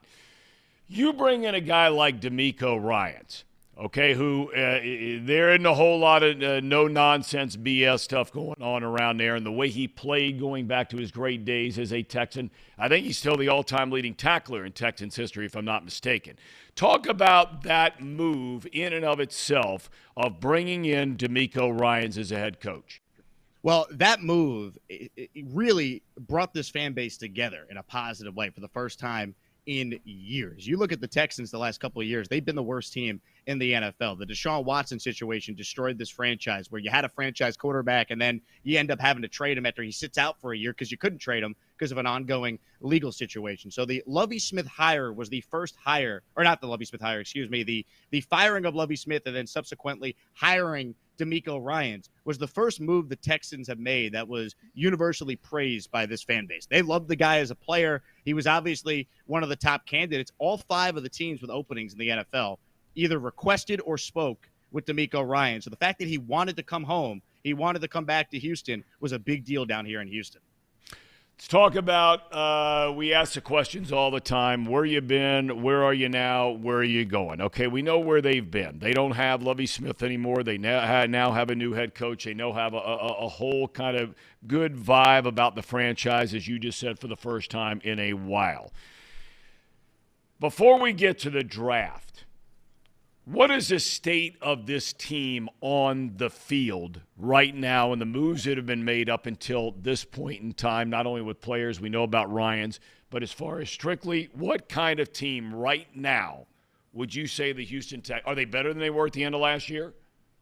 Yeah, they're definitely better, but, I would caution Texans fans if you're expecting, a Jaguars-like turnaround or, a Giants-like turnaround with Brian Dable coming in year 1 and go into the playoffs. I don't find that to be realistic with a rookie quarterback, likely the pick at number 2, but they are certainly a better team. They're going to be better coached with DeMeco Ryans. I mean, the players and the coaching staff were not on the same page under Lovie Smith, and they were actually worse this past year under Lovie than they were under David Culley, who won 4 games during his first and only year as the Texans head coach. So they've added some talent. Dalton Schultz was a nice pickup. Jimmy Ward was a nice signing. To talk about 2 of their marquee free agent moves. They traded for Shaq Mason to help solidify that offensive line away from the Bucs. So they should be better, but this is still a bottom 5 roster, maybe a bottom 3 roster in the NFL that's going to have a rookie quarterback going through growing pains with a first-time head coach and a first-time play caller. That's the OC. So this is still a rebuilding team, but there's a lot more hope for this fan base now because of DeMeco, because of the fact you have 2 first-round picks this year. You got 2 first-round picks next year. So you look at this Texans team, and if Nick Caserio is good at his job, this should turn around quick with the amount of resources they have. We don't follow the Texans much up here in Cincinnati. You play a team during the year, they're in, they're out, done. You don't look at them the rest of the year. If there is a strength of this team, you mentioned about the roster, bottom 5, maybe bottom 3. If there is a strength to the roster right now, what would it be? Ooh, that's a great question. I would probably say their running game could be a strength. Dameon Pierce was a 4th-round pick a season ago, and, he was well on his way to going over 1,000 yards if they didn't kind of, shut him down towards the end of the year. He even said that he probably could have played through, the injury he was dealing with. It was just to kind of protect him in a lost season. You add Dameon Pierce. They signed Devin Singletary, so that's a decent kind of 1-2 punch. There's a chance maybe they could draft someone once again with one of their 11 picks. So I would say the running back room is probably a strength for the team. And I'd be remiss if I didn't mention, obviously the tackle position for the Texans is rock solid. So if you're bringing in Bryce Young or C.J. Stroud or Levis, Richardson, name your quarterback, you have Laramie Tunsil, who's an all-pro on the left side, who they locked up for another 3 years. And then, you look at the right side, and Titus Howard is a draft pick from a couple of years ago that's really blossomed into a solid starting right tackle. So they have pretty good tackles, and they have a pretty good running back room, which is not a terrible place to start for a rookie quarterback. Well, not at all, especially when you're talking about the offensive line, because Lord knows here in Cincinnati, Burrow's been killed by and large, and they've addressed the offensive line. It didn't work out. We'll see how it plays out now with Orlando Brown coming in. But all right, let's get to the 3 of the first 33 picks in the draft, right? You got the second pick behind Carolina, the draft pick getting in the Deshaun Watson deal from Cleveland with number 12, and then the second pick in the second round. Maybe it changes, Jake, by the hour. How do you think the top 2 play out? If I had to decide right now, I'd say Bryce Young is probably going number 1. That just kind of is the feeling right now. The betting odds started to shift, I think, in reaction to some of the comments maybe Chris Mortensen said on ESPN the other day that he's hearing it's going to be Bryce Young going 1. And when Mort usually says something, he's usually right. So I think that had maybe a lot to do with it. I think Young goes 1, and I think most Texans fans would prefer C.J. Stroud at 2. But I want to caution all football fans out there. Nick Caserio doesn't always do what you think he's going to do it. Case being a year ago, he chose Derek Stingley Jr. over Sauce Gardner, right, who went to the Jets with that 4th pick right after. So I've heard from people I trust that they really like Will Levis. Is that enough to take him 2nd overall? I guess we're going to find out. But, if I had to make a pick right now, I'd say C.J. Stroud, but don't rule out Will Levis going 2nd overall. Well, I got to tell you, we're right in between those 2 programs right here in Cincinnati. geographically speaking, you're 90 minutes up the road from Ohio State. You're 90 minutes away, less than that really, down to Lexington, Kentucky. I tell you what, that's a better man than me if somebody thinks Will Levis is better than C.J. Stroud. A better man than me, brother, I got to tell you. To me, and look, I don't have a crystal ball, and maybe Levis turns out to be the next fill in the blank. I have no idea, on his way to the Hall of Fame, and Stroud stinks it up. I don't know. But, boy, I'd have a hard time finding somebody who would want to pick Levis ahead of C.J. Stroud. Yeah, look, you're 100% right, and trust me, we are already getting the phone calls from Texans fans every day that are worried about this. One of my coworkers is Lance Zerline, who works for NFL.com and the NFL Network. He does our morning show on ESPN Houston, and last year he correctly mocked both Texans picks in the draft, and he just put out his most recent mock, and it was very curious. He had the Texans trading up to take Will Levis 7th overall because they're going with a defensive player at 2, because Lance apparently has heard that, hey, maybe the Texans aren't actually that high on C.J. Stroud. And that's kind of like the doomsday scenario for this fan base. This fan base wants Bryce Young, but they will certainly take Stroud. You start talking about Will Levis, and it's going to be a rough couple of months till we actually see what this guy looks like on the field. All right, well, okay, so those are the top 2 guys. But in terms of what they want, what they need, we know they need a lot. They want a lot. But with that second round or the second pick in the first round you get from Cleveland with number 12, what are they looking at there? It's a great question because they have a lot of holes, obviously. When you're one of the worst teams in the league, it's tough to really, take a position that's not a big need on this team. I would think they're definitely looking at a pass rusher in that spot at 12. I would think for sure a wide receiver could be in play. My favorite receiver in this class is actually one of Stroud's teammates in Jackson Smith and Jigba, the wide receiver, if he's there. So that's the guy I would take. If Garrett Wilson and Chris Olave say that guy's better than me, that's good enough for me to take 12th overall. So, I think receivers in play, edge rushers in play. And don't be surprised if Nick Caserio looks to trade back. Since he's been the GM, I think he's in the top 3 of most trades during the draft. So they traded back from 13 a year ago to 15 with the Eagles. It wouldn't shock me if they move back a couple spots and try and accumulate more picks and then go best player available. I want to ask you, because you were around there when everything went down. The Bengals obviously play in the same division with the Cleveland Browns. Deshaun Watson had to sit out half the year last year after basically sitting out the entire year the year before that with everything that was going on off the field. For Bengal fans that are wondering what they might see because they probably didn't pay a lot of attention to him playing down in Houston when he was playing so well. Do you think he will come back this coming year with a full offseason, all that kind of thing, and be the guy we saw that he was when he was playing in Houston?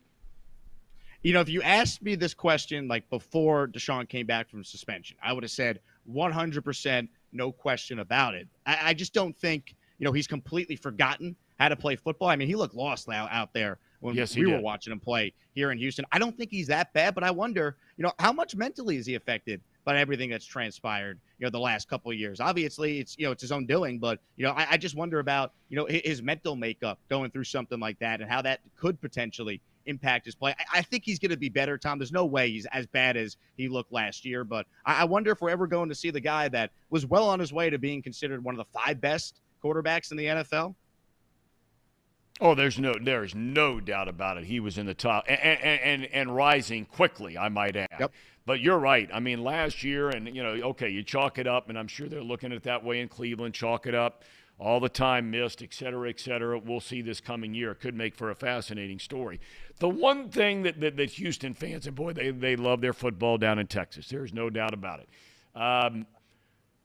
Much like the NFC South, which we were just previewing, the AFC South does not have the juggernaut team. I mean, Tennessee has clearly taken steps back. I don't know what in the world's going on up in Indianapolis. I don't know what they're doing up there. But, if you're going to get the quarterback, whichever one it is, at number 2, there at least has to be some optimism after some pretty dark days down there since the whole Watson thing went down. Yeah, no question. There's definitely more optimism than there has been. But I'm telling you, if they take Will Levis second overall, that optimism is gone. This fan base will absolutely explode in anger if that happens. If they take Stroud, this fan base will be excited. Obviously, Bryce Young is the dream. So, and it's kind of funny too, Tom. The reason why I believe some Texans fans really want Bryce Young is because if you could look good with Bill O'Brien being your play caller, then you're going to be a pretty good quarterback in the NFL. That's how a lot of fans feel down here. So there's definitely more optimism. And, yeah, the division's not great. Tennessee could take a step back. I know Jacksonville, they have Trevor Lawrence emerging. They won a playoff game, but, they still only won 9 games last year. Let's see them do it year over year. And then, obviously, who knows what the Colts are doing? Are they going after Lamar? Are they going to take a quarterback at 4? Jim Irsay is kind of a wild card. We have no idea what Shane Steichen is as a head coach. So if they get it right with their picks, this could turn around quick. I mean, you all know this. Like, the NFL is not built for you to be bad as many years in a row as the Texans have been. So if they hit on their picks, this is a team, if D'Amico's the guy, the right head coach, they should be able to turn it around within a couple of years. Well, Jake, we can't thank you enough for your time today and your expertise here today. Thanks so much, and have a great weekend. Tom, appreciate you having me. I'm such a big fan of your work. I grew up in New York, and your call of the Jeter flip play is an iconic moment in my childhood. So this is the first time I've got a chance to talk to you about that. So keep up the great work, and thank you so much for having me on the show. Thank you, Jake, for the kind words. I really appreciate it. Best of luck down there in Houston with the baseball season. You got one of our favorites down there in Dusty Baker. I mean, no could doubt. there have been a better story than that guy last year finally winning the whole thing? He's the best. He's a great guy, as you know, and we were all ecstatic for him down here. Absolutely. All the best, Jake. Take care of yourself. Thank you, Tom. Now, that guy's on his game, too. Yes, he is. We've got 3 guys that are very much on their game today. He was great. Yeah. Yankees fan. Jeter flip play. Brought it up. That's the opener to the show. Yeah. We play it a lot.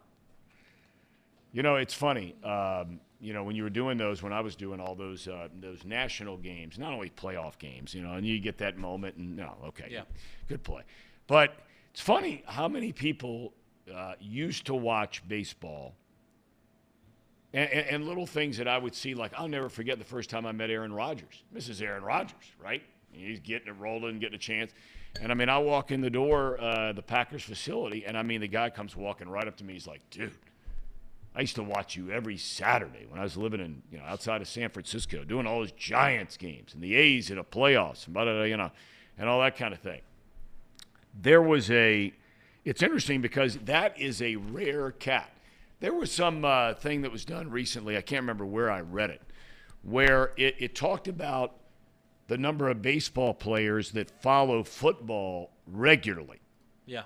Versus the number of football players that follow baseball regularly. Yeah. Here and here. Yeah, right. It's right. Right. Is that because of fantasy, you think?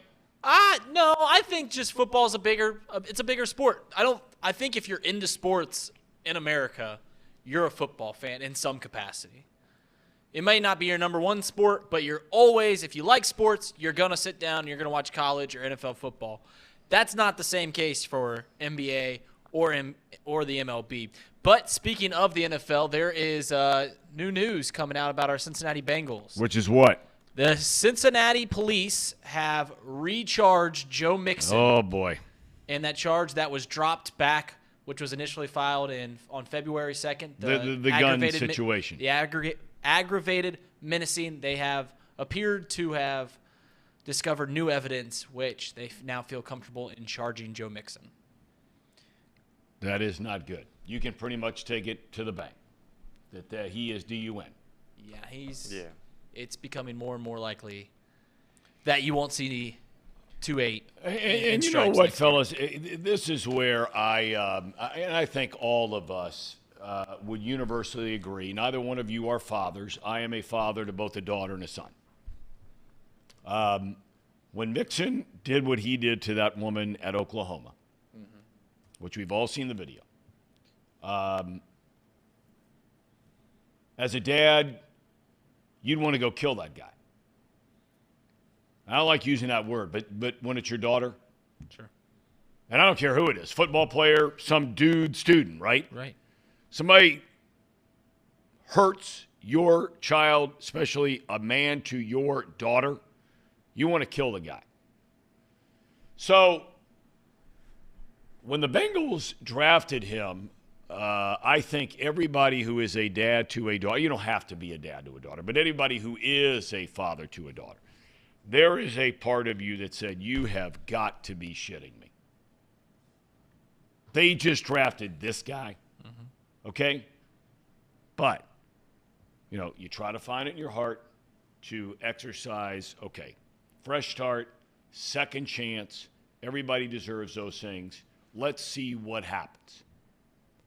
I have been the very first guy to stand at the front of a line to say up until about 3 or 4 months ago, Joe Mixon has conducted himself top shelf in this town since the day they drafted him. Right. He has been, you don't read anything bad about him. There's been nothing bad that has happened. He has been a good teammate. He's been a good leader. From what I can tell, he's been a good citizen. He's well-liked in the locker room. When that story broke, the one you're referring to, not the one out at his house, which they completely realized he's not there, wasn't Nothing a part to do of with it, it. but his name was in the news. But when that story broke about a gun, pulling it on a woman, traffic situation, what was said, what was not said, you're thinking to yourself, wait a minute now, what's going on here? Then it looked like there was a rush to judgment against the Cincinnati police for this even being charged. And his agent coming out saying this is going to be dropped by tomorrow. Sure enough, dropped by tomorrow. But Joe Dieter's office and now his subsequent replacement, since Dieters goes to the Supreme Court, said, hey, look, this is still an open investigation. We've got more work to do on this thing. Well, clearly they have rendered a decision as to where they're going next, right? Right, yeah. That's just new evidence has come out. What happened midday on his way to the stadium when they were getting ready to leave. It says it happened at 12:48 p.m., 12:49 p.m. It's a bad situation. The fact that they're doubling down makes it seem all the more likely that there will be some legal some sort of legal penalty slapped on. But you're right, Tom. He's been an ambassador of the team for the past 4 years, ever since he became a Bengal. No doubt about it. Yeah, I mean it's just a shame. Just a shame. It makes the, to be quite honest, as bad as it sounds, it makes the decision that lays in front of the Bengals a lot easier. Yeah. Right? I mean, they were approaching a tough situation. You've got this running back who has been a focal point of your team, has been a leader in the clubhouse since the day he came in. You gave him a shot, and he stuck around because of it. And he's been an ambassador of the team, and He's owed $12 million, which he isn't worth anymore. So they were approaching this very difficult situation where, hey, they could cut him loose and save some money, go get somebody else. And now this comes out, and it just seems like it makes it easier to make that decision. And I want to make sure I'm quoting this directly from the Cincinnati police. They said, our decision to recharge Mixon was reached following the discovery of new evidence during the investigative process. To be fair and to be impartial in the judicial process for all parties involved, no investigative details or evidence will be disclosed outside of the official court proceedings. The Bengals have just released this quote: the club is aware misdemeanor charges have been raised against Joe Mixon. The club is monitoring the situation and will not comment further at this time. This happened in the middle of the day. Yeah. The day the Bengals were traveling to Buffalo for the playoffs in February at 12:49 on January the 21st. The prosecutor said charges could be refiled and said the woman who made the complaint indicated she would indeed go forward with this case. So that's where it stands. We'll see what happens. Yeah, I don't know what the legal punishment is for that misdemeanor, so I'm not even going to speculate on what could happen there. But, yeah, it's a tough situation. No doubt about it. Before anyone starts freaking out, like if something does happen and he does get, charged with anything, they're not going to cut him until June 1st because it just doesn't make financial sense. That's right. They're going to wait until that very last moment. So we're just going to have to wait and see what happens coming out of this. It's a shame the situation that he's in and found himself in again. He's back in a bad spotlight. Puts us Bengals fans in a peculiar situation again. There was a lot of arguments about Joe Mixon up till this point. Yeah. But yeah, we're just gonna have to wait patiently and see what comes of this. We'll keep you updated here on the show. Well, it's interesting because now all of a sudden, if you're the football team, and let's take the Mixon, put him aside in this particular case, right? I mean, that those guys are working around the clock down there, whether it's Katie Brown, Troy Blackburn, Zach Taylor, Duke Tobin, all of the coaches, all the scouts, and you're putting together your draft board as you're getting closer and closer and closer. You look at what free agents are out there still left, and you're putting together a game plan. Now, all of that stuff is fluid. Clearly, somebody picks a guy you thought was going to be there when you get to the draft. Okay, fine. But you're putting together a game plan. And now all of a sudden you get this news. Do you now all of a sudden go from, we're looking at an edge rusher. We're looking at a right tackle with that 28th pick in the draft. And now all of a sudden you're saying, because they brought in a kid from East Carolina who, had the most explosive running plays of any running back in college football last year. People wonder if he's an every down back. Not a big guy, but, man, he's explosive. But that's kind of a niche guy, right? They don't have the down-to-down guy. Now that P. Ryan's gone, not that necessarily he was a down-to-down guy, but if they don't keep Mixon, you have to replace him. And there might be a lot of you that don't like Mixon as a player and the way some of his production dropped off last year. The guy still was not bad. He can run it, and he can catch it. He may not block very well, but he can run it, and he can catch it. Well, we were talking recently before the Irv Smith deal, they didn't have a tight end in the room, right? Mm-hmm. Well, what if all of a sudden you cut bait with Mixon? Who are you replacing him with? Is Ezekiel Elliott now all of a sudden a guy you're scrambling around to talk to? Does Bijan – there's no way Bijan Robinson's going to be around with a 28th pick. No. But all of a sudden now has your whole sort of fluid, albeit game plan, changed based on this piece of news? Has to, right? Well, if you've been listening to me and Reed talk for a long time about the running back position, and I don't think many of you are going to be shocked when we say this, but it just doesn't it doesn't change anything for me. I agree.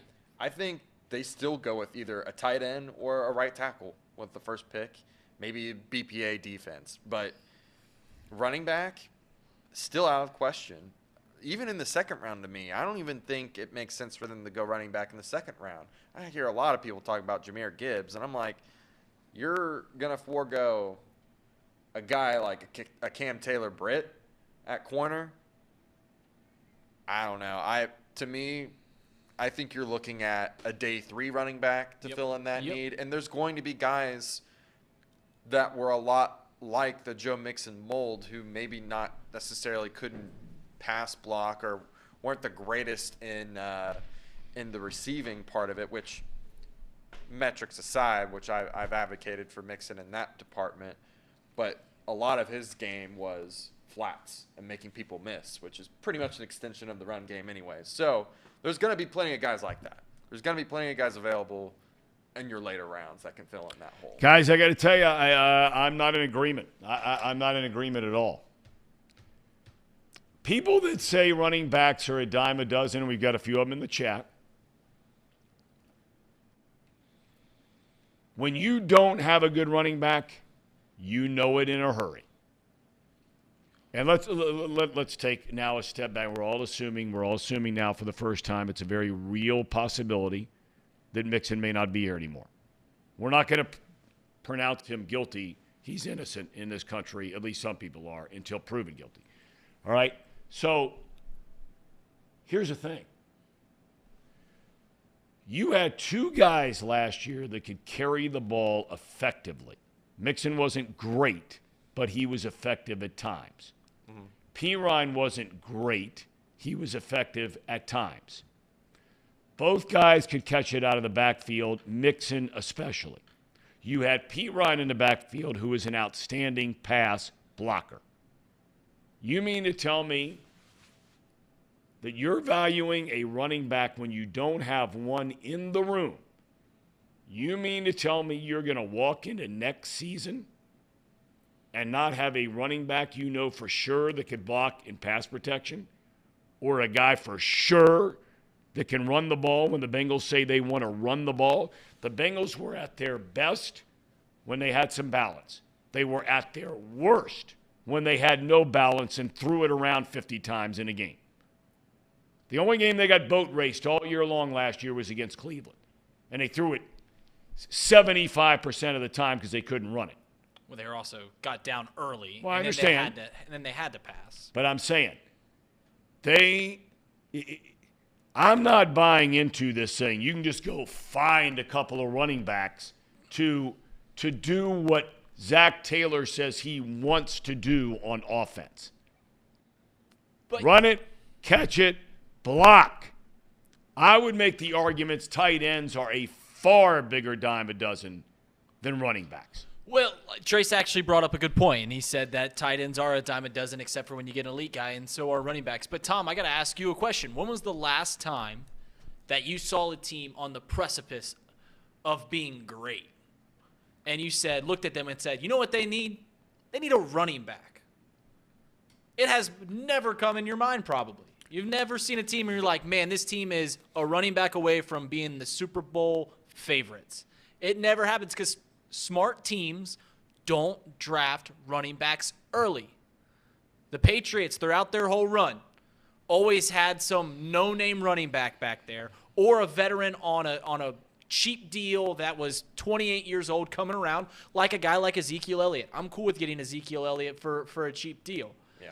It is abundantly clear in the National Football League that there are elite running backs that can elevate a franchise, but year after year, those teams that have elite running backs that spend a lot of capital or spend early draft choices on these elite running backs don't have the full picture. And I'd rather the Bengals draft a guy in the 3rd round. I can even see one in the 2nd or 3rd round. But time and time again, you cannot draft a running back in the 1st round. Okay, well, look, it was pointed out by Sir Boy Wonder in the chat, accurately so. The Chiefs just won the Super Bowl with a 7th-round pick in Pacheco in the running back. Correct. But they didn't miss on the 7th. They hit lightning in a bottle with Pacheco. Lightning in a bottle. I think that's the point we're making is that but what I'm saying is take a guy like in the 7th round. But if you're waiting until 4, 5, and 6 and you're banking on lightning in a bottle, I would love to go back and look at the last 10 years in the draft. Yeah. Of 4th, 5th, 6th, 7th round picks in the draft that were worth a damn as a running back in the league. Here's what I think is – sorry, if you want to – Well, I was just going to name them. Nick Chubb was drafted in the 2nd round. 2nd round. Okay, I'm saying just don't take 4th, a first. 5th. You guys are saying 2nd, 3rd. You haven't got to waste it on a 2nd, 3rd. Oh, I'm cool with taking it on a 2nd, 3rd. Joe Mixon was a 2nd round pick. That's right. Derrick Henry was a 2nd round pick. 2nd round. I'm with you. You'll find those guys. I'm saying for somebody to bring up Pacheco, that is a total outlier. I don't Freak know about out. that. Name me 5 other guys, and I'll give you the weekend to look them up. Okay. Yeah, we're Find me 5 other guys in the league who are contributing good players to good teams. Yeah, I would. Not some 5th-round guy who's starting for the Texans because 2 other guys got hurt. I'm talking about a 4th, 5th, 6th, 7th-round guy who made a difference on a team at the running back position. I mean, to me, I think what is a bigger – if I were to list all the Bengals' needs, even with Joe Mixon being out, I don't see it as even a top 3 need. It's not. It's just not. To me, it's right tackle because you don't know if Jonah Williams will even be that good, let alone want to play for us anymore. That's my number 1 need. Number 2 is probably going to be tight end. Number 3, edge rusher. Why is tight end 2nd when you just signed Irv Smith? Because he's not your future. Yeah, he's not your long-term answer. I'm talking about right now. Right now. I don't give a damn what the Bengals are looking like in 2024. No, neither does anybody else around here. For their need draft pick in 2 weeks, who is going to be on the field? You have a tight end. You can find a backup guy that can block a little. They do not have a running back. They've got 2 or 3 guys that would be more than capable of playing right tackle. I would rather go into next year with Travion Williams and Chris Evans as the running backs of the Cincinnati Bengals than take a guy in the 1st round. Thank you. I'm not saying the 1st round. Well, I'm with you there. I'm cool with taking them. You got to pick go 60. your top two rounds with a running back. Pick 60, we're fine. And Trace brings up a really good point about how, you're picking at the end of the 1st round. It's pretty much as having an early 2nd round pick as these other teams have. But you've got to realize that those other teams they've already filled a hole with their early 1st round pick. The Bengals draft at 28, and they do not draft again for 32 picks. You got to take a guy that fills one of the holes that Casey just brought up, and then you plug and play with the running backs late in the 2nd round, 3rd round, whatever. It doesn't matter. You just can't take a guy in the 1st round. Okay, here's all I'm saying, and I'll leave it at this over a beautiful Easter weekend, okay? When you have gone to back-to-back AFC championship games. Right. Okay? Yeah. Super Bowl, AFC championship game. You get beaten both of them. I would make the argument. Now, it starts, running backs can't be any good if they don't have an offensive line. Correct. One of the reasons the Bengals did not win each of those games is because they could not convert a 3rd down and 1. Correct. Okay? 3rd down and 1. Or 3rd down and 2 to extend a drive against Kansas City to get a measly 3 points in the game. That's all they needed was a field goal. And they had the ball 5 times with this ballyhooed offense. 5 times. Joe Burrow, T. Higgins, Jamar Chase, Tyler Boyd. They could not get a field goal against the Kansas City Chiefs in the last quarter and a half to win the game. So now, you mean to tell me they had Joe Mixon on that team? Right. They had Samaje Perine on that team. I ask the question all the time. Are you better or are you worse? You mean to tell me you think the Bengals are better off going into a year where you're planning on trying to win the Super Bowl with Williams and Evans in your running back room? Yes. Then drafting a guy in the first round. And you made the point. You waxed poetic. You illustrated the point to a T. We had good running backs last year, and we couldn't get the third and short because it's not the running back. The running back, when it comes to runs, they do 20% of the work. The line, that's what you need to shore up. That's where you need to fill up. And they have addressed that more than adequately already. Correct. And I think they can add a little more. All right, do we have a cherry on top? Because we're already way over our time amount. Yeah, we do. We do. All right. Presented by UDF. A perfect game with 1 out to go. I was hoping this would be your voice. I didn't listen to it. I cannot believe you're putting up a call and it's the Braves announcer. I can't believe this. I didn't get a chance This to is listen. embarrassing. Let's get the I real mean, one. I know I borderline horse shit at times, but I had a hell of a call on that perfect game. Let's get and it. you just ran the Atlanta Braves announcers. Let's get it. See, I'm pulling this off You over have thrown here. half our audience by going with the Braves announcers.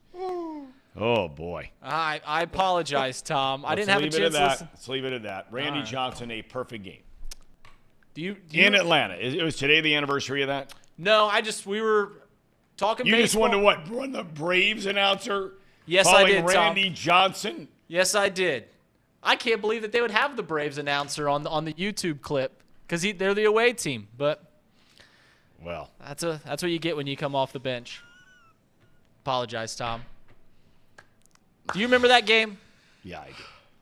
Where does that rank in your all-time games that you've called? I don't know. It was really cool to see.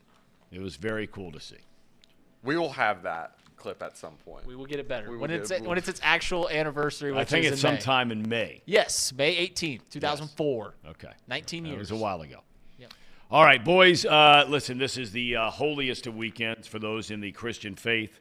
So we wish everybody a very good Friday, great Good Friday, and a blessed Easter weekend. Casey, best to you and your family. Reed, you and your family as well. Thank you, Tom. Thank you, Tom. Happy Easter I had an to your easier fam- time saying that to Casey than I did to Reed today. Oh, no, I'm sorry. I apologize. That's what happens. Bush League. Happy Easter to all. God bless you. Have a wonderful Easter weekend, and we'll see you hopefully right back here on Monday off the bench, presented by United Dairy Farmers.